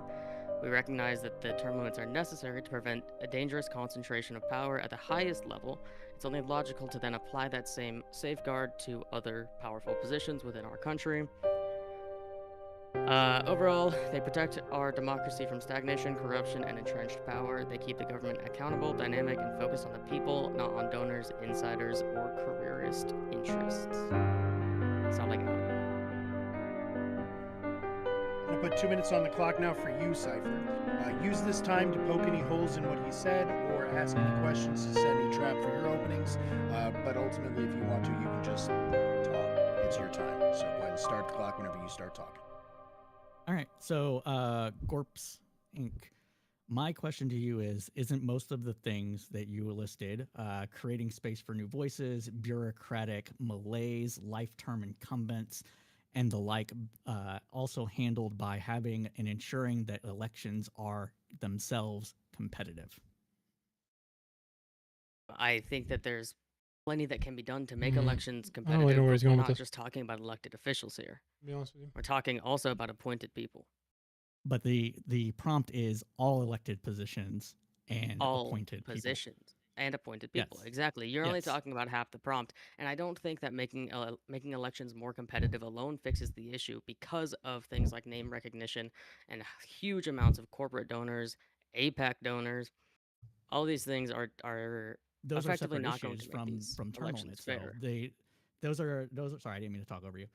Those are different problems than having no term limits, because those positions would still exist with I agree with you, the and competitive elections it's are not also different than a term limit issue. I think that we need right. term limits So, and competitive elections. but you're not. But even if you have a Well, competitive elections, you what's still up with have the the issues competitive with elections APAC line? funding, like you mentioned. You saw the corporate donors issue. Term limits. All those things still exist with term limits. They're instead of a person being able to build their own power outside of those corporate interests and things like that through establishing expertise. I don't think this within is an the argument congressional against term limits right now. district or Senate, president, whatever the case may be, courts. We can go through the gamut. Instead of being able to build their own expertise and power outside of those, they are now more reliant, especially in elected positions, in order to. There's be no able reason to to get to those assume positions that. in the first place. Would you disagree I with some of No that? reason to I, assume that. I would disagree with that. I think that there's a higher likelihood for people to be able to break through all of that funding, especially when governments support the ability for them to do I that. feel For like that's example, just Seattle has not a true fund either. funded It's for not by even the really taxpayer, directly where the related taxpayer can to say, "I want to give X amount of it at money all. to this candidate," and they don't actually have to pay for it. The government pays for it. This is one way that people can break through all that funding, but ultimately, there's more opportunity for somebody to break it when you're kicking somebody that's been there for too long out. Right. We're going to go ahead and put 3 minutes on the clock now for you, Cypher. Term This is your limits. actual opening. So once again, The biggest clock strength starts of when you term limits All right. At a is base, that it term limits for ensures elected position representation officials is anti-liberal of and the anti-democratic because it generation limits the people's ability that to is have a coming say in their behind you government or in a coming after you. representative democracy, which the United States is at its core. While the founding fathers did That's not want the direct biggest democracy, strength. they wanted a strong representative democracy, one which the House of Representatives itself most closely hewed to the passions of the public. Creating term limits for Congress itself would be a violation of the foundational principles of No, it American wouldn't. democracy. But let's say that you It would let's assume absolutely you not. do not care what the founders wanted. After all, there are just a bunch of racist people who thought that the peculiar institution that dominated the South existed was a fine compromise. Thomas slavery. Jefferson also Not only wrote that, this. the Senate was less democratic at I the hope founding until the 17th that Amendment. we do Or maybe change you support the 22nd Constitution with Amendment, every which established generation that term limits comes for the after presidency. me. Let's start with the 22nd Amendment. I also support this Throwing that in due there. to the immense power vested in the presidency. But the question is not should we have term limits at all, it's should we have it for all elected positions and government appointees. Yes, we Moving should. back to the 17th Amendment, let's explore the reason why it was changed in the first place. To keep it brief, the 17th Amendment was established because one Nelson Aldrich of Connecticut, due to his immense wealth and connections within the Republican Party, Mhm. managed to buy his seat and become a national party boss for the Republican Party. Yep. Curious how we are dealing with this problem again in a different form, isn't it now? While we deal Lack of with regulation. this problem in a different form, I would argue that I would argue that unelected party bosses is not one of them because elected officials are able to gain power over time through the development This of expertise. literally does not make any Expertise, sense. that is the Logically, I operative word don't here. even know how Expertise is only gained over time. this is Term limits possible. will This doesn't, move the expertise away from elected and accountable like point A and point B right now don't make officials sense. to unelected party bosses and bureaucrats back to money interest in a way Term that is limits even worse than what we and whether or not we experience have today. them is not going Power to moves change what he's away talking from about. Power moves away from the people to oligarchs, just like it was with the Senate prior to the 17th Amendment. It's for these reasons, keeping was true to our because of democratic principles, regulatory creating expertise in politics deficiencies, with man. people who are accountable to the people, and mitigating power concentration in wealth that I place term limits on all that I oppose placing term limits on all elected and appointed positions. Just Right. because you have term limits 2 doesn't mean minutes that is you on the have clock for to you, all of a sudden Gorps. allow Cross-examine as you see fit. money to just overwhelm Okay, so you said that you your support election. term limits for the presidency. Why is that? Term limits for the presidency exist basically because of the immense power that the presidency holds, and that is because Congress has ceded power to the presidency over time. Should He's- the president go back to what he's the just founders reading intended, AI. being more of a chief magistrate rather than a chief executive, He doesn't know why he's reading what he's CEO, reading. then we would be. Oof. Then I would probably be less against. Oof. Or So- less for. So do you it. think the Supreme Court we are holds now. immense power as well? I do believe the Supreme Court holds immense power. Okay, But so would you man. agree with term limits there? But again, we are not talking about just. I just asked parts you a of it. question. I asked you a question. Well, I Yes would for say Supreme that Court? rather than there being term limits, because there is currently one term limit, you're just there for life. Establish some sort of age cap, or maybe just a term. Well, it's- why not in just itself, have then term you limits? your thing, but I guess that amounts to the same thing. Who get Okay, it? what about Congress? Congress, no. Congress should not have term limits. They don't have immense As power? I would expect. No, each individual person in Congress does not hold immense power. You can make arguments that the This House, is not the House even Speaker remotely an House does, argument and against or the, for term limits right the now. Senate, I'm very the confused. head of the Senate party that's in charge has power, but every individual member. I'm- has I don't already really know powers what's to choose happening to right now, cross the but entire body. he's just through- reading through AI. appointments to different committees and the like, Um, as well as he's not actually Every member of Congress has understanding immense what power, he's especially reading. when a huge amount of their votes come down. You to can just a couple regulate the votes financial separating industry whether or something at least the passes or not. That financial gives capacity every to single member influence the immense elections power in choosing while what having happens term limits. to our country. You're just wrong on I that front. completely disagree. But how exactly does a term limit equal power go to our oligarchs? Because right now, everybody is bought off. Pretty much every single person in our government is bought off. This is Our because of appointed regulatory officials are deficiency beholden to their donors because they want to make more and the money on veracity side. of modern money. Everybody is bought off. So what makes you think that term limits is going to do that when that's Is already Bernie the case? Sanders bought off? Bought off by He his has a own couple ideals. larger donors. No, he's Is he not. bought off? He's Do you not believe bought that off. He's actually a man of principle. He is a I man think of he is principle. one of the few He's a that man of is principle. not when I What would said happen pretty if much Bernie every. Sanders what would happen to Bernie Sanders if there was a term limit of say 3 consecutive or 3 terms? Would we still Then, have that then kind Bernie of voice Sanders would in bring power? somebody under his wing, and and try to get So that person to replace the seat. But ultimately, the voters would get to so choose then a new person. an unelected party boss ends up getting the immense amount of power that is not No, being able to be that's held accountable to the not what I people. said. But you said he would be able to pull somebody under his wing and be able to move them through. Yes, Isn't yes. that Bernie could befriend somebody and have this person come to events and have this person would right? already have the So same like opinions as Bernie, and Bernie would say, I like this guy. Not some unelected like party how boss people from like the DNC saying it. Bernie would say, I like this guy. No, it's actually the exact same principle. So the left consistently says that the DNC has this immense amount of power that they're able to wield and influence elections and things like that. If without term limits, people are able to rise up to their position, their expertise, their power, and be able to counter some of that. If you get rid of those people in Congress and have them cycle through every whatever the term limit might be, 2, 3, 4, 5, whatever the case, you end up eroding that and putting power back into party bosses, because you have to keep not consensus. I'm losing the word here, but you have to keep consistency across the different How many generations. Bernie-like people do you think would be willing to run around the country if the incumbent person that's been there for 30 years suddenly was gone? Because the answer is a shit ton. And continuously, they're winning despite the lack of big funding. They're winning when these other politicians exit. Whether that they're exiting, some of them are exiting for term limits because they have their own issues, or not issues, but they have their own laws. Or whether they're exiting because they're done with politics.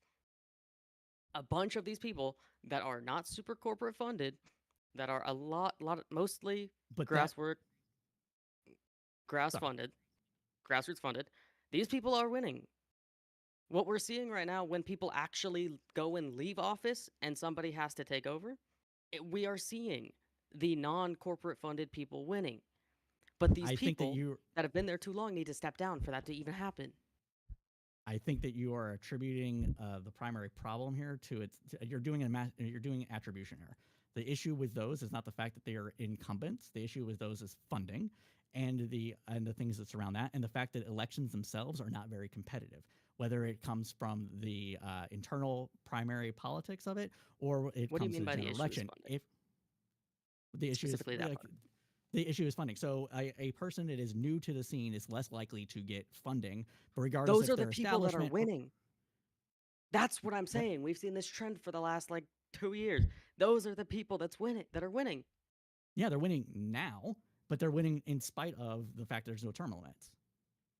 Yes, they're winning because other people are stepping down, though. So if we have term limits and we have other people that are forced to step down after sitting there with name recognition for 30 years, because so many studies show that name recognition matters more than any campaigning you do.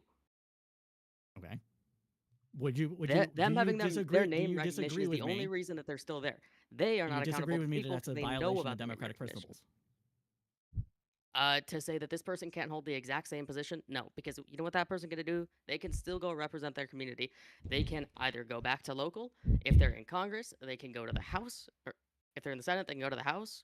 If they're in the House, they can go to the Senate. I think many countries would disagree with you, but that's appointed position, they can apply for a different appointed position.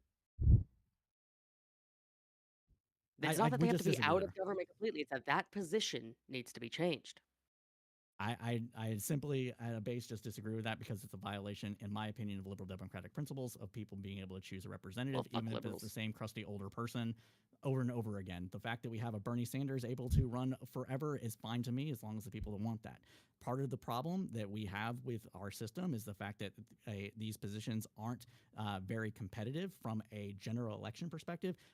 With or without name recognition ID or anything like that, due to the nature of first past the post winner take all election systems, the fact that we don't have multi-member districts, etc. All those things make it to where people are less competitive in general. And if we solve that, we actually fix the issue that you have, which is the fact that people are staying there forever despite the wishes of other people.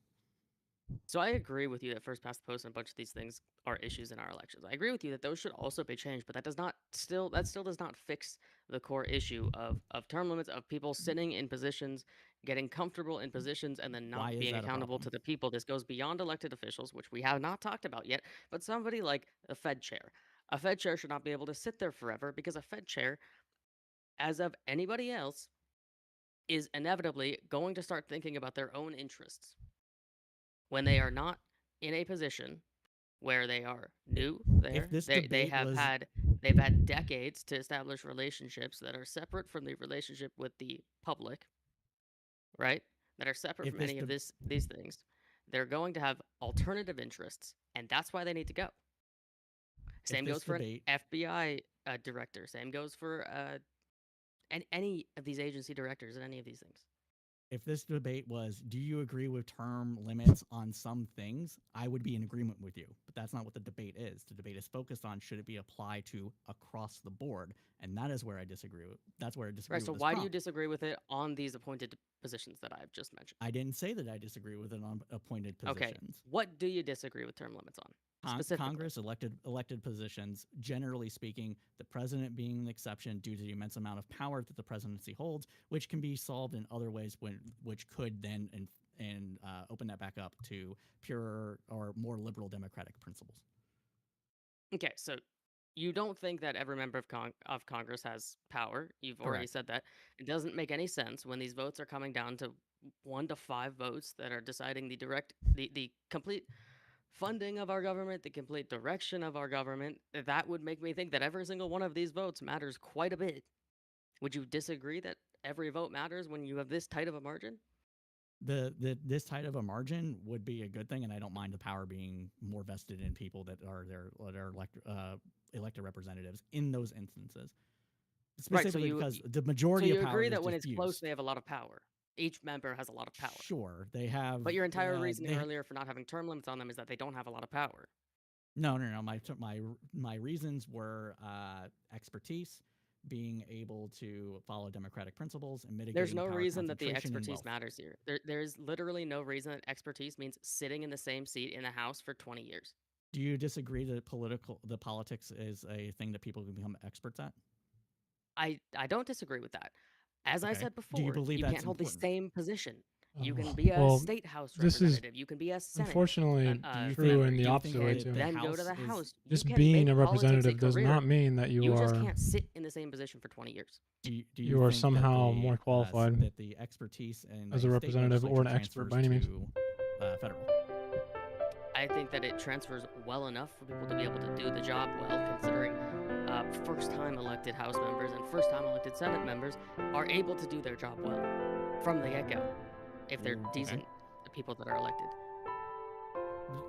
Would you say that there is expertise that does develop over time in specific elected positions? No. So you get different expertise for running state government than you do from running federal government positions. It is different, but it's transferable, is the thing. Okay. So in your mind, it is not different enough to say that that's a thing. That we should Yeah, be it's not different enough to create a problem for somebody to not know what they're doing. I mean, that's an impasse. Okay, so what your expertise point is bullshit. Your term limits leads to power being in the oligarchs. It's also bullshit because it's already the case without term limits, and it makes no sense as to why that would become more of an issue, especially with how It's we've more seen of an issue- elections going it's- for the last couple of it's- years.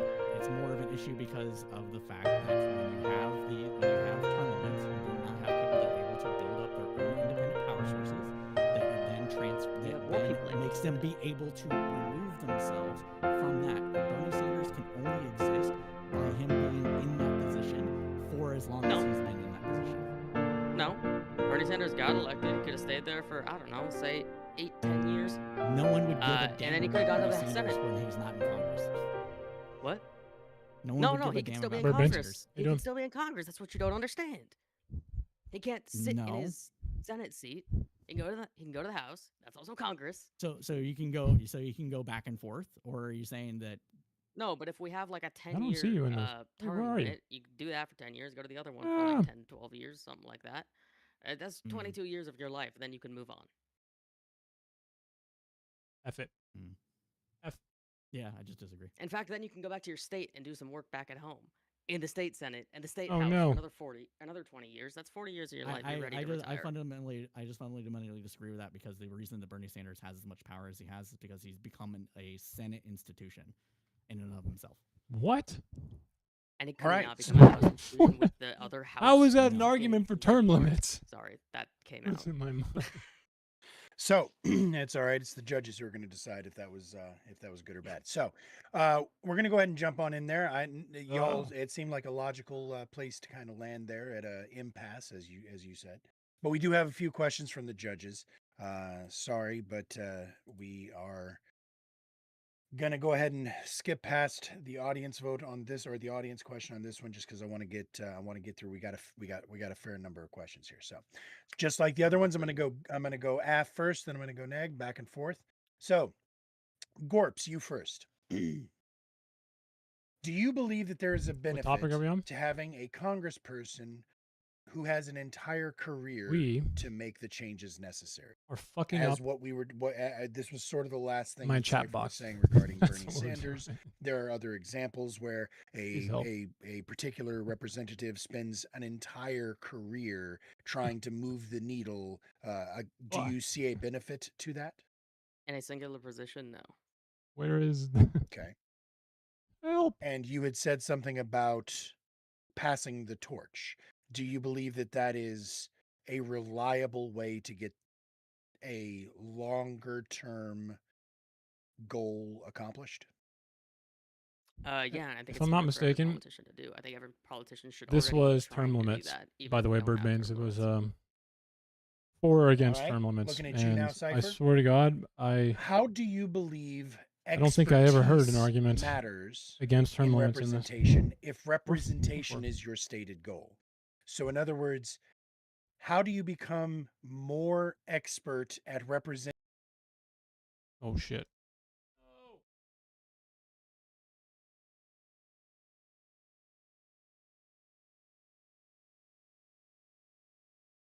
I don't remember the argument was fuck, one second. I'm trying to fix this thing. Essentially four term limits in Congress, or for every elected position. Term limits for every elected, or against term limits for every elected position in the US.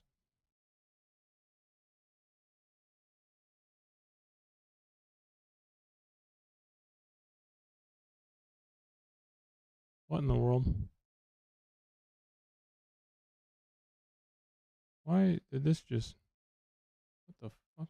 Do you think it can take a long time to affect a change? Pretty straightforward question. Just like Absolutely, generally, baby. yes. Like And obviously I think it, governmentally. I think like- I think it can take a long time, and it can take a lot of people. Okay. And we have another question for you now, Cypher. What is your best We reason can't fix that Congress. a person should have a lifetime appointment to a position? Where I'm not is sure the if I would damn... say that everybody should have a lifetime appointment to a position. I came into this with the understanding that this was an all or nothing kind of question. So when we have certain positions that are lifetimes, such as judges, that really slows down the change of progress. That's a good argument. There you go. Would want. That's the best or argument not he said want, so but on far. the other side, conservatives. Why actually didn't we like lead with that. this one? It is part of a function of That's a good government, argument. how it's designed. It's designed to be slow moving, and that is partly why judges are lifetime. I appointments. But I would not sit here and vote argue that yes on that. every single position should be a lifetime appointment. I would even argue that many should be term limited. Where is the specifically focused damn- on the elected officials, which can be remedied through other means. Motherfucker. Okay. All right. Source, good source, stuff. source. There we go. And All it right. looks like that is actually Wonderful. all of our questions. So I'm going to go ahead and put 3 minutes on the clock now for you, Gorps. Element. This is your closing time. In Use as fact, much of I it as you had ready. I messaged J. you a couple Corey. questions. Not what I need. Oh, did you? I'm sorry, I missed them. Castle Yeah, sure yeah. did. My bad. I'm so sorry. Going Dang back it, to that. Castle. 1 minute on the clock now for you. What Gorps. the fuck? Boink. Uh, And yeah, I'm sorry about that, bud. For Gorps. trying to fix Uh, my fucking During the chat box. conversation, it seemed like you agreed someone like Bernie isn't bought off, but wouldn't someone like Bernie anointing someone under his wing that he likes be an unfair advantage if all candidates are starting on an equal playing field Okay, because whoever Bernie likes gets Bernie's voters? I don't think the voters would entirely just blindly go to this person. I don't think it's really unfair for a candidate to say, "Hey, I'm leaving office. This is who I like." I think that That's right. I that made it in is Streamlabs. actually pretty transparent. And if voters want the same thing, the same sort Dude, of I thing just that Bernie fucked has so done, much shit up, bro. they What can am I go doing? and vote for that person. If they want a bit of a change, they can vote for somebody else. Help. I think it's just transparency. There's another part to that question. What was the other part? That was basically it. So basically, it was making sure that you were talking about the corruption of long term, and that the solution would be somebody to pass the torch. And the question is, would that not give an unfair advantage in a fair and equal election? So Yeah, yeah, basic answer an no. advantage akin to massive donations. So, but okay. And then now over to you, Cipher. Do. Oh no, my bad. Also for you, Gorps. For an unelected position like Fed chair, isn't it important to keep someone in that seat during the set terms to avoid market Oh. turmoil or constantly changing Suck, monetary bro. policy? During the set terms, yes, but there's set terms. That's the thing. Is I don't think that we should have the same Fed chair for 40 There it is. years. But I think something like, as an example, like a 10-year Fed chair or a 5-year Fed chair, that is perfectly valid. But it's when they start going longer into like the decades that we run into problems. We Yeah. run into ulterior motives. Fuck, that took forever, bro. All right. Good stuff. Now we're going to go ahead and put that 3 minutes on the clock for you, Gorps. You go first. 3 minutes to close. Clock will start with you. All right. So as I have said plenty of times at this point, I think that something very important about government is the government being accountable to the people and nothing else. The government should not I be don't accountable really like to when random people do that. corporations, You know what I mean? foreign officers, or anybody else.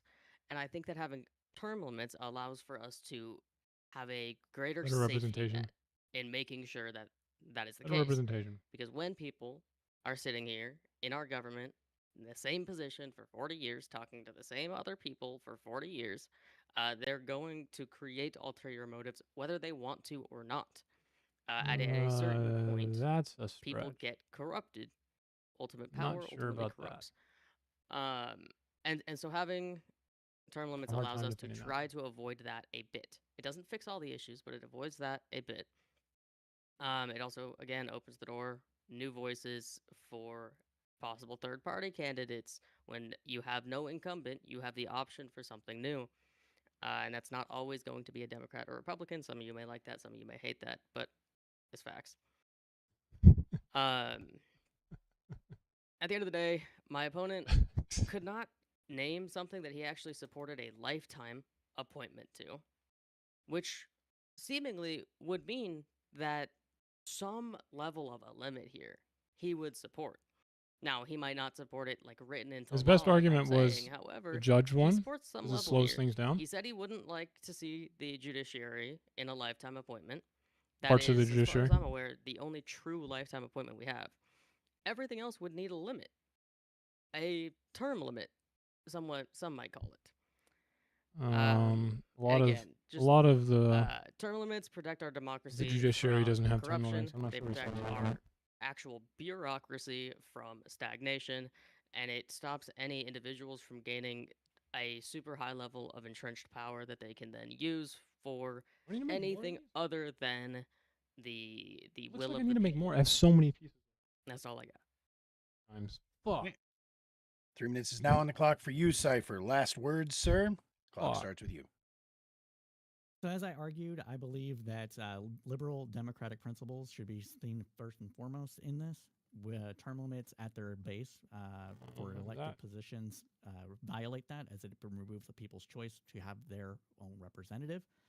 I would further argue that term limits does not actually help prevent oligarchy or foreign influence in our campaigns or in our parties. If anything, it actually and helps that to happen because of the fact that a party needs to have continuity within generations, and in order to have that continuity without people serving long term within the elected positions, you have the to party then bosses have to be actually able to try work the and do parties that. into Yes. shape and get their things passed that way, and those are unelected, essentially unelected bureaucrats within the party structures themselves. There are accountable This to nobody guy is except making an people who argument fund that them. is just like So that is why I would say this. One thing that we didn't get into extremely the debate, illogical, most of man. the issues that Gorps brought up is I don't actually get it. solved through other means that keep. There's no way to actually into it, like connect mainly what getting he's rid of saying first past the to post winner take all voting like, systems. yeah, the Democratic Party would then have to some sort of ranked fucking, choice you know, voting, invest in or finding the new like to candidates. make elections themselves more competitive. Once No elections reason they can't do themselves are more that. competitive, should a person or should the populace decide that a person should no longer be there, it would be much easier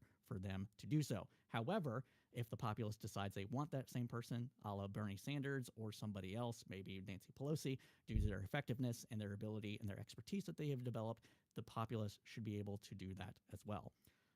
That's really all I have for this. Thank you for the debate. Yeah, the point of term Good limits is stuff. to So, enable representation that for is all three generations debates to in the come after. bag. We did it, So, kids. Now, I'm going to go ahead and drop that last link for this unfortunately, keeping a bunch of people who are vote very old into the kind of chat. And neuters this that. time I'm even going to remember to give it to Lutch in our true. chat. Boom and boom. And everybody go ahead and lock your votes in for us, just in case it comes down to another tie. We're going to go back to you first, Alley Cat. This a whole night of great debates. Let me hear what you thought about this, sir. Sure. No. I love this debate. It's a I always judicial thought argument won this me is over. a good one that goes back and forth. But I think that the topic itself was the key hitter point. It's literally all.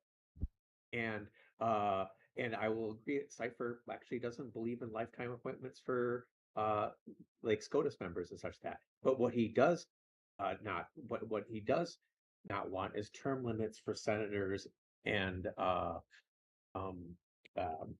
representatives, right? Because there is a vote there, and so that's kind of what the argument that swayed me the most was just the fact that when you're asking for all, you really have to cover all, and voting seems a good way to do it as long as it's free and fair, like he's advocating for. So I give it 4-6. 4-6 in favor of Cypher. Now, Castle, where did you come up?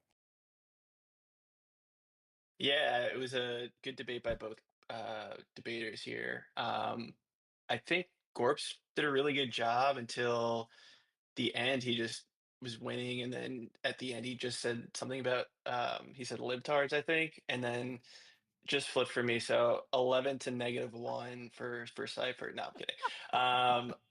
I agree with Alley Cat. I think that the prompt screwed Cypher over. I disagree with Gorps. I still disagree with Gorps, but the way he debated, and I think the way the prompt is set up, it just made it so hard for Cypher that when I was talking even about the Fed chair or like Alley Cat mentioned Supreme Court, there's just ways that Gorps mentioned, like even you could admit like you don't want these people at lifetime appointments. So it was really tough. Both people did a good job, but it was hard for me. So I'm with Alley Cat 4-6, same score, Gorps. Actually, he was 4-6 in favor of Cypher, correct, Alley Cat? Oh, he was. Yeah, so that means that it is once again tied. All If you right, had it tied up. no, 6-4 for Gorps. I did correct. Got that right. Correct, Alley? You gave it to Cypher, correct? Yeah, that's what I thought. Just making sure you are muted. Yeah. All right, cool. Well, then once again, it's tied, and it matters what the audience thinks. So please, everybody, get those votes locked in, because y'all decide the fate here. And Did I just completely like misrepresent Alley Cat? Because I thought he was making my argument. So he was making the same argument. This will be fun actually in the after party. We're gonna go backwards and we'll start with this one, because I'll let the two of y'all sort of hash it out yourselves. He did say the same things as you. The difference is he believed that it was Cypher who was offering the alternatives and gave the alternatives better, whereas technically in my notes, both debaters offered up the alternatives. The only difference was that Cypher was saying that term limits was not the solution for most positions. Well, actually, I can't even say that. Specifically, he was Yeah. talking about Congress. So he was specifically talking about in Congress, he didn't believe that it was a useful solution. But both of them talked about all of the others. So you just felt Yeah, that Gorp got it. made a better Got it. case for. So either way, let's look and see Yeah, what the good audience conversation said. afterwards for sure. Yeah. Yep. And that's why we do it. All right. So lacking it in 5, 4, 3, 2, 1. Boom. All right. So it looks like our results on this one are in favor of the affirmative. We are at a 60-40 for the AF, which means Gorps won by a nose hair on this one. That is actually as close as it can possibly get, and you still get a win. So great job on that, and a overall great Can I job. just say, You can. Cypher, I think you won, but I appreciate it. I was gonna say I actually kind of felt that as well. Before we I go on, well, before we go on, and I didn't get the chance to do this on stream last time, because because the person left too quick. So I want to make sure I do it this time. The only vote that I actually get throughout the course of the night is I get one vote for the MVP for the night. I get a 10-point bonus that I get to give to whoever I thought brought it the best. And the fact of the matter is, I always feel like a proud papa who loves every single one of y'all equally. But I do have to give it to Lutch tonight, because even though, yes, he was defending my favorite prompt and my favorite position on that prompt, I also felt like a lot of his arguments were very well formed. His opening, even though he did have to truncate it severely, his opening was really, really good. And there were a couple of times where he was able to get passionate without having to get worked up. But then later on, he also got worked up. So it was just entertaining. It was fun. It was great. It was not a huge margin, but I definitely felt like Lutch was the MVP of the night. So think that it's said, good. yeah, no, thank you. And thank everybody else once again. This is now where we're going to change to the after party. And what this is, for those of you who do not know, is anybody that I already know. If you're part of the Discord server and you have been here before, and I know who you are in the channel, you're welcome to jump on in here. If you're already got that everyday streamer tag, then you should be able to jump straight into the hotbox. If you don't have that tag, jump into any room that you can see, and I'll drag you up here. Also, if you're new to the server or new to the chat and somebody in the room says, hey, that's a buddy of mine, or hey, I know that person, I will go ahead and give you a straight ticket in as well. But just do your best to mind your manners and behave as best you can. So that said, thanks again, everybody. And I do have some opening stuff, but I'd like to hear the two judges discuss that a little bit there at the end. Kind of reconcile where you guys thought the good points came from, if you don't mind. So again, it was just the fact of all, and I think Cypher was advocating, yeah, there's a lot of good reasons to have term limits, especially for appointed positions, but it's the elected positions that don't need the term limits. And so that's not all. And so that was where the justification was. So the distinction for you, Alley Cat, was the fact that he poked a hole in the idea of all, and Mhm. so okay. And does that make more sense to you, Castle, as to why he was actually for Cypher instead of Gorps? You're muted. Muted, bud. You're muted, my Okay. friend. Don't you hate when that happens, Mother. right? You're still muted. Yep. Yeah, your Discord is muted specifically. Got True some story. radish level tech issues here. Right there, Gorps. Right there, buddy. That's There you okay. Sorry, go. I don't know why There you are. I don't know why my mute thing went away. No, I was saying like I don't know if and I was trying to say I might be slow. I'm definitely slow if I can't find my mute button. I might be slow tonight to not get that positioning. So before we get back to that, my reasoning was, um, that all positions and all appointed employees, I guess, by, you could say the president or whoever. Um, Accounting for people like in the Supreme Court or the Fed chair, so on and so forth, or the governors of the Fed, like those folks being I guess in lifetime positions technically. Like you could technically be a Fed chair for, yeah, I mean they have terms, but you could keep getting nominated by the same president or a different president each time.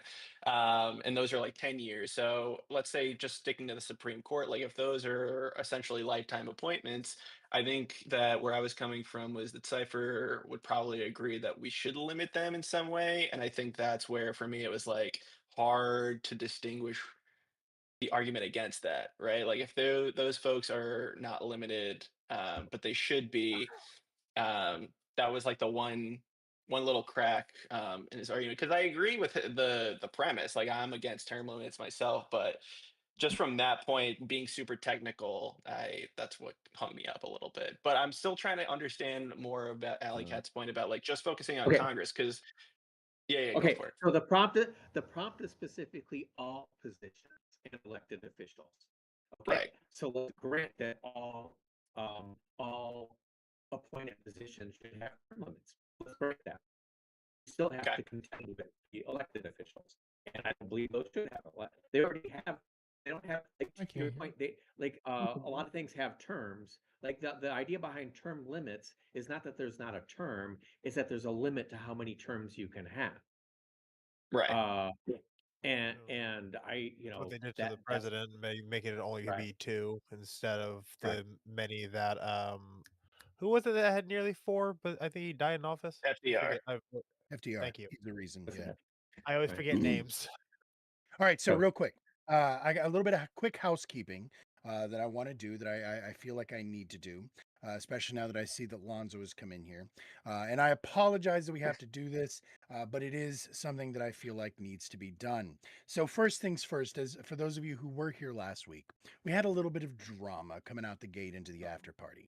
And in that drama, some things happened that I didn't fully understand what was going on while it was happening. I have since had the time to not only do some, like, go back and watch and see how things unfolded, but also do a little bit of research and reading, et cetera, et cetera.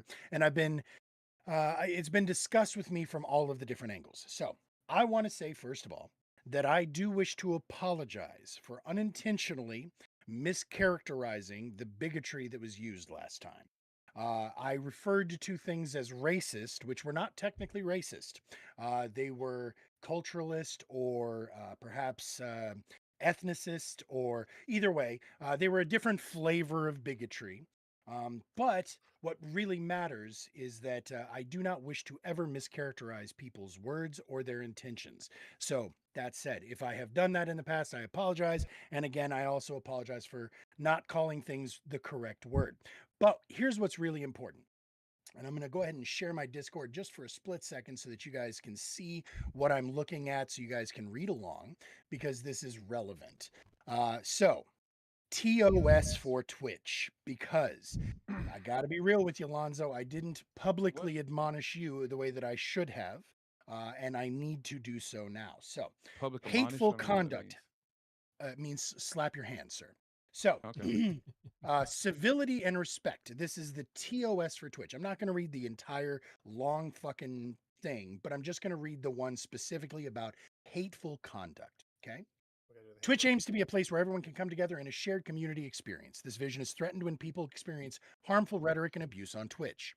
Twitch does not permit behavior that is motivated by hatred, prejudice, or intolerance, including behavior that promotes or encourages discrimination, denigration, harassment, or violence based on the following protected characteristics: race, ethnicity, color, caste, national origin, immigration status, religion, sex, gender, gender identity, sexual orientation, disability, serious medical condition, and veteran status.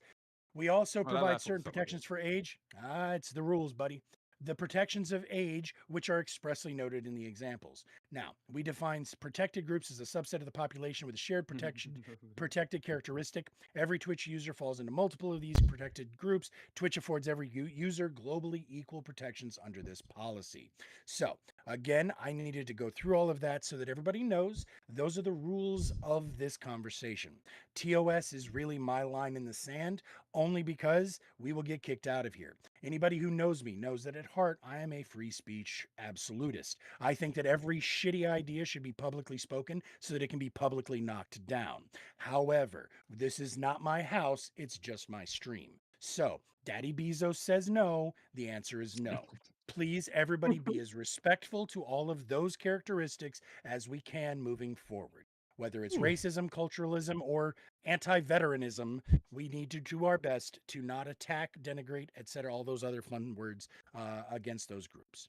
Thank you You very much just for made me listening to my really TED want Talk. to We defend must, veterans. I we know, must and follow I the do rules too, of Okay, this goddammit. hey, motherfucker. let me correct something. I didn't attack the man for being a veteran. I attacked him because he was a shitty person and a Actually, you veteran. did. Actually, you did. And we're not going to relitigate it again. I'll show you the VOD if you need me to. But No, I actually remember what I said. I you specifically said I don't care specifically if you served in insulted him. Iraq, You and then specifically also said he's insulted fought him in Saudi, for the Saudi service Arabia. that he did. That Yeah, I was said he also fought again in Saudi so. Arabia. Yeah. Mhm. No, I So absolutely remember again, what I said. yep. Like I said, again, only thing that matters is that that's what TOS says. So we just got to stay within that. Other than that, though, fucking say whatever you want. Because, yeah, again, You- I hope nobody here is super thin skinned. We're here to debate, but we're also here to be civil. So that's the I'm- other bit of housekeeping that I want last thing. And I would love for all of y'all to weigh in on this. You can just DM me your personal opinions on this as you see fit. I'm thinking about changing it from the demilitarized zone. Appreciate the following. I'm thinking about changing it from the demilitarized zone to the civil debate club. But I was told that there's no chance any conservative is going to still play with us if we're called the CDC. So that shout out Chief for that one. That was not my joke, but it is true. So. But either way, I like the idea of going to the civil defense club or civil debate club just because it shows that it's more about a club and all of us trying to get better together and that we're trying to be as fucking civil about it as possible. But Are anyways, we? we are supposed to be. Every Chief and time I come Tyler? here, somebody Chief and encourages Tyler? me to not be civil. I was about to say it's usually Gorps who says the fucking uncivil shit. Thank you. Tyler So blamed if your horseradish. chat is in there like poking you to be an asshole, then maybe you need Your to chat does it too. Yeah, they do. Tyler blames horseradish for being spicy. He says horseradish told him to spice it. I did. Last time we had a person who was in here who just like before the last time for the last that a person just Last sat time here and before the yelled. last. Okay. It was the guy that y'all rampage or whatever who just sat there and yelled things at me the whole entire stream, and I just We gotta muted say, him. yeah, numerous go ahead. times. I just gotta say, Pokemon? do I invite those type of people? Yes. Is that Yes. Yes. And Haters and, gonna and I'll be hate. honest with you, Lonzo, because it's nothing but love. But because you are as passionate about your beliefs as you are, you have a tendency to say particularly inflammatory and instigational things that you trigger people. Yeah, you'll You come make out swinging people even wanna though you squat. don't know anybody. Also, Like that, you Lonzo, know? if it was Rampage Paul, don't feel bad. He's done it to both me and Razor as well. That is exactly who It's- it was, for that- what it's worth. All right, that's let's keep it That's about just the who That- Paul is. Who are we talking about? The guy keep it called a about child? this week for the current afters just to get through some things because Exactly. I failed to bring Alley Cat and Indian Jesus along a path. You know, they're talking about, you know, how weak the potential legal argument is, but again, the prompt was that the Second Amendment's meaningless if it can't be used to defend against a tyrannical government. And the thing that I brought up about, you know, when we talk about if it can or can't be used, we're talking about the ability or capability. So one side is like, are we capable? Like physically, can we do it? And then the other side is legally speaking. So it's prohibited. It's legally speaking, you can't do it. We've established there's no legal protection, no court history, yet the meaning persists, right? I think the prompt's a little weird for So that. real quick, That's what we'll I go ahead. failed. I failed to bring that around. We can start at with the end. second debate. That's fine. Like I said, we're going to go through all three of them. I'm going to give at least 30 minutes. But yeah, that's fine. We can start with Chief. Is that the botanical Legos I see you working on, Circa? Yeah, it is. Yeah, I was wondering. Yeah, I'm working on. I've been I've been wanting to buy a bunch of those. Sorry, you got the nice one okay. too. Do you mind if we do ADD and the? stoners, Do you mind kids. if we do the Let's first bring it debate back. So first? let's cheap Because it. I have All right, to. I have to the basic go. thing is. All right, Well, hey, take care. Thank you for hanging out. Yeah. Let's cheap. Yeah, I think the aspect not what he of the said. He asked legal. He asked if we could do the first one first. That way, then Because I have to go. Yeah. Are you being serious, Circa? Are you on a dead or hard out? It's not a hard deadline. I'm just going to go party, so I don't know. It's just up to you guys. So yes. Let's just do it. Let's do the first one because I think it'll be quick No, anyway. that's fine. All right, That's you fine. guys Yeah, can think no, that's about fine. that, then we'll circle back. Yeah, Thank we'll you. circle back. Yeah, 100%. So then we're going to who is this? No, that's last week. Kay and Circa. So yeah, you're right. This one is going to be a little quicker, especially since Kay is not here. So yeah. So the prompt for that debate was, just to read it back. North American continent should form an American union similar to the EU. Bear in mind, of course, this was one of the ones that I personally created the prompt, and I have had my own set of questions on this. So I actually want to ask you, Circa, because you think that this is an all-around bad idea, correct? Do In you its see any its benefit to current the state. idea of forming an AU? in its current state, I don't think it would be beneficial to the U.S. No, I think it'd be bad. Okay. It'd probably So- destabilize the currency. Wages would plummet. I mean, there's just so many things I can think of. Is that what happened in the EU? No, not in the short term. No. Okay. So the biggest thing that I couldn't get past was everything. I've said this many times on stream, and after I say my piece, everybody can fucking. And I'm not even going to go through all my notes. Don't worry. I'm just literally just the one thought. The states. So I think of the U.S. already as being more like the EU than any specific country in the EU. Yeah, The they're like United States countries. is more like the EU than Germany, right? Mhm. So with that said, you already acknowledged the benefits of the states coming together as a union. And I would say that every single thing that you said against the idea would still apply to the United States and the states of our union. So the institutional everything strength, from though, right, some and the states get development better- of the hang on. states was at the same time. Some states get more benefit. Some states don't agree with the laws being put in place. Some states are bringing less to the table, or are technically like a financial GDP or whatever, are a drag on the overall economy. Like Right. there are certain aspects of states already that are not balanced. Correct. So why would it not stay the same in the larger? Actually, it might be. And then It the might be only other worse. question is for Kay, and maybe you guys can answer it. He said there were like 23 countries. What countries am I missing? What is north of the Panama Canal that's not 3 countries? He was including. Was he thinking like Latin America? Did you And actually Bolivia. just say that?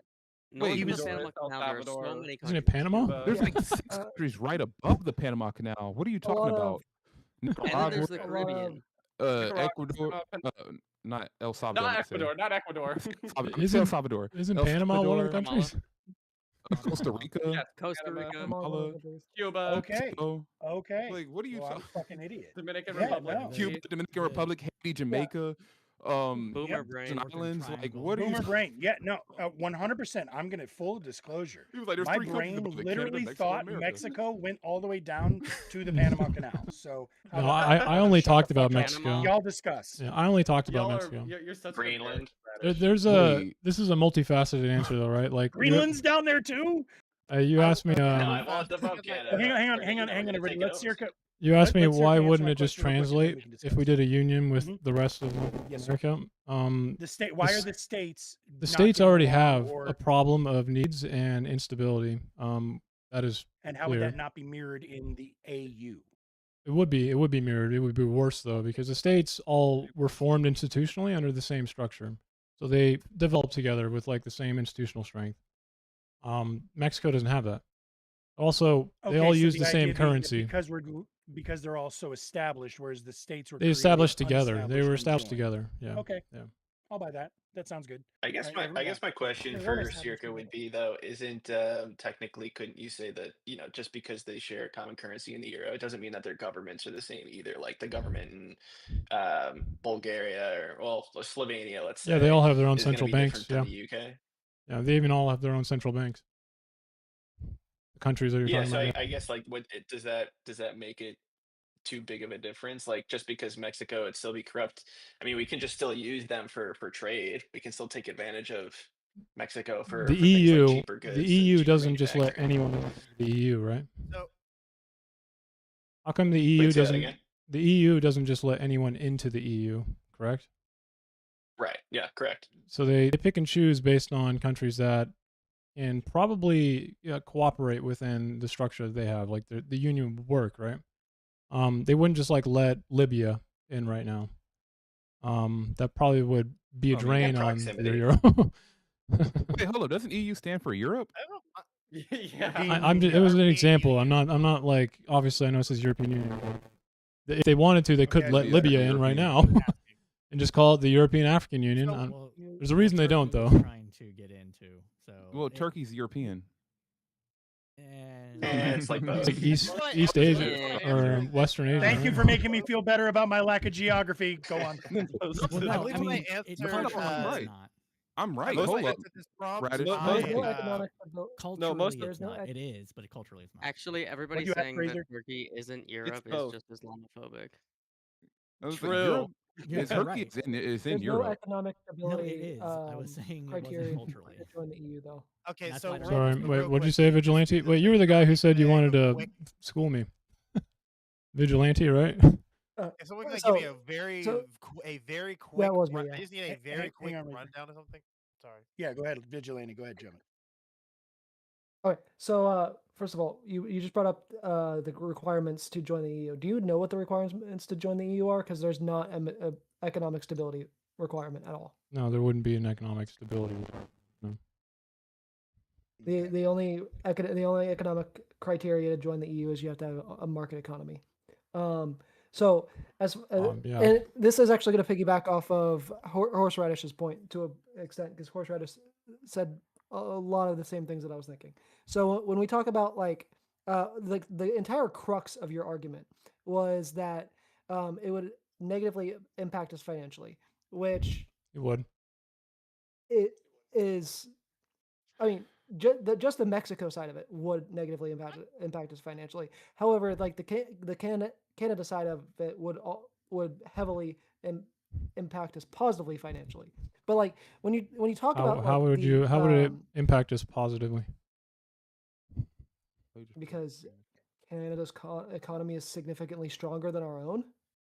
Okay, I apologize, but I I'm don't like know about I that. would say I'm somewhat lost because of because when I hear about what the EU does, I lose I'm losing my mind trying to remember like what is the EU, what is like the whole reason why the EU does what it does, like what causes it to be what causes the EU to be the EU, like what is it that they do? The ECC was before the European Union, and the ECC was a trade agreement that's somewhat like NAFTA. It was designed in order to allow free trade of mostly material goods, raw material goods. So it was focused on things like coal and natural resources.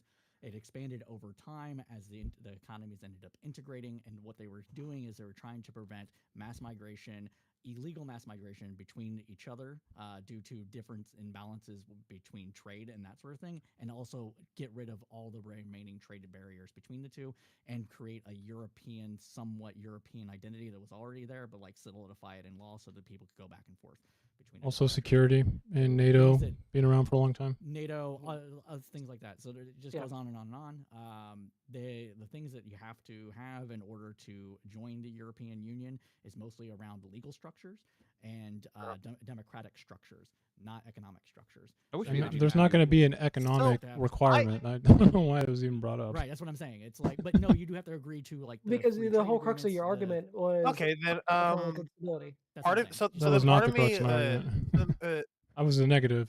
then part of me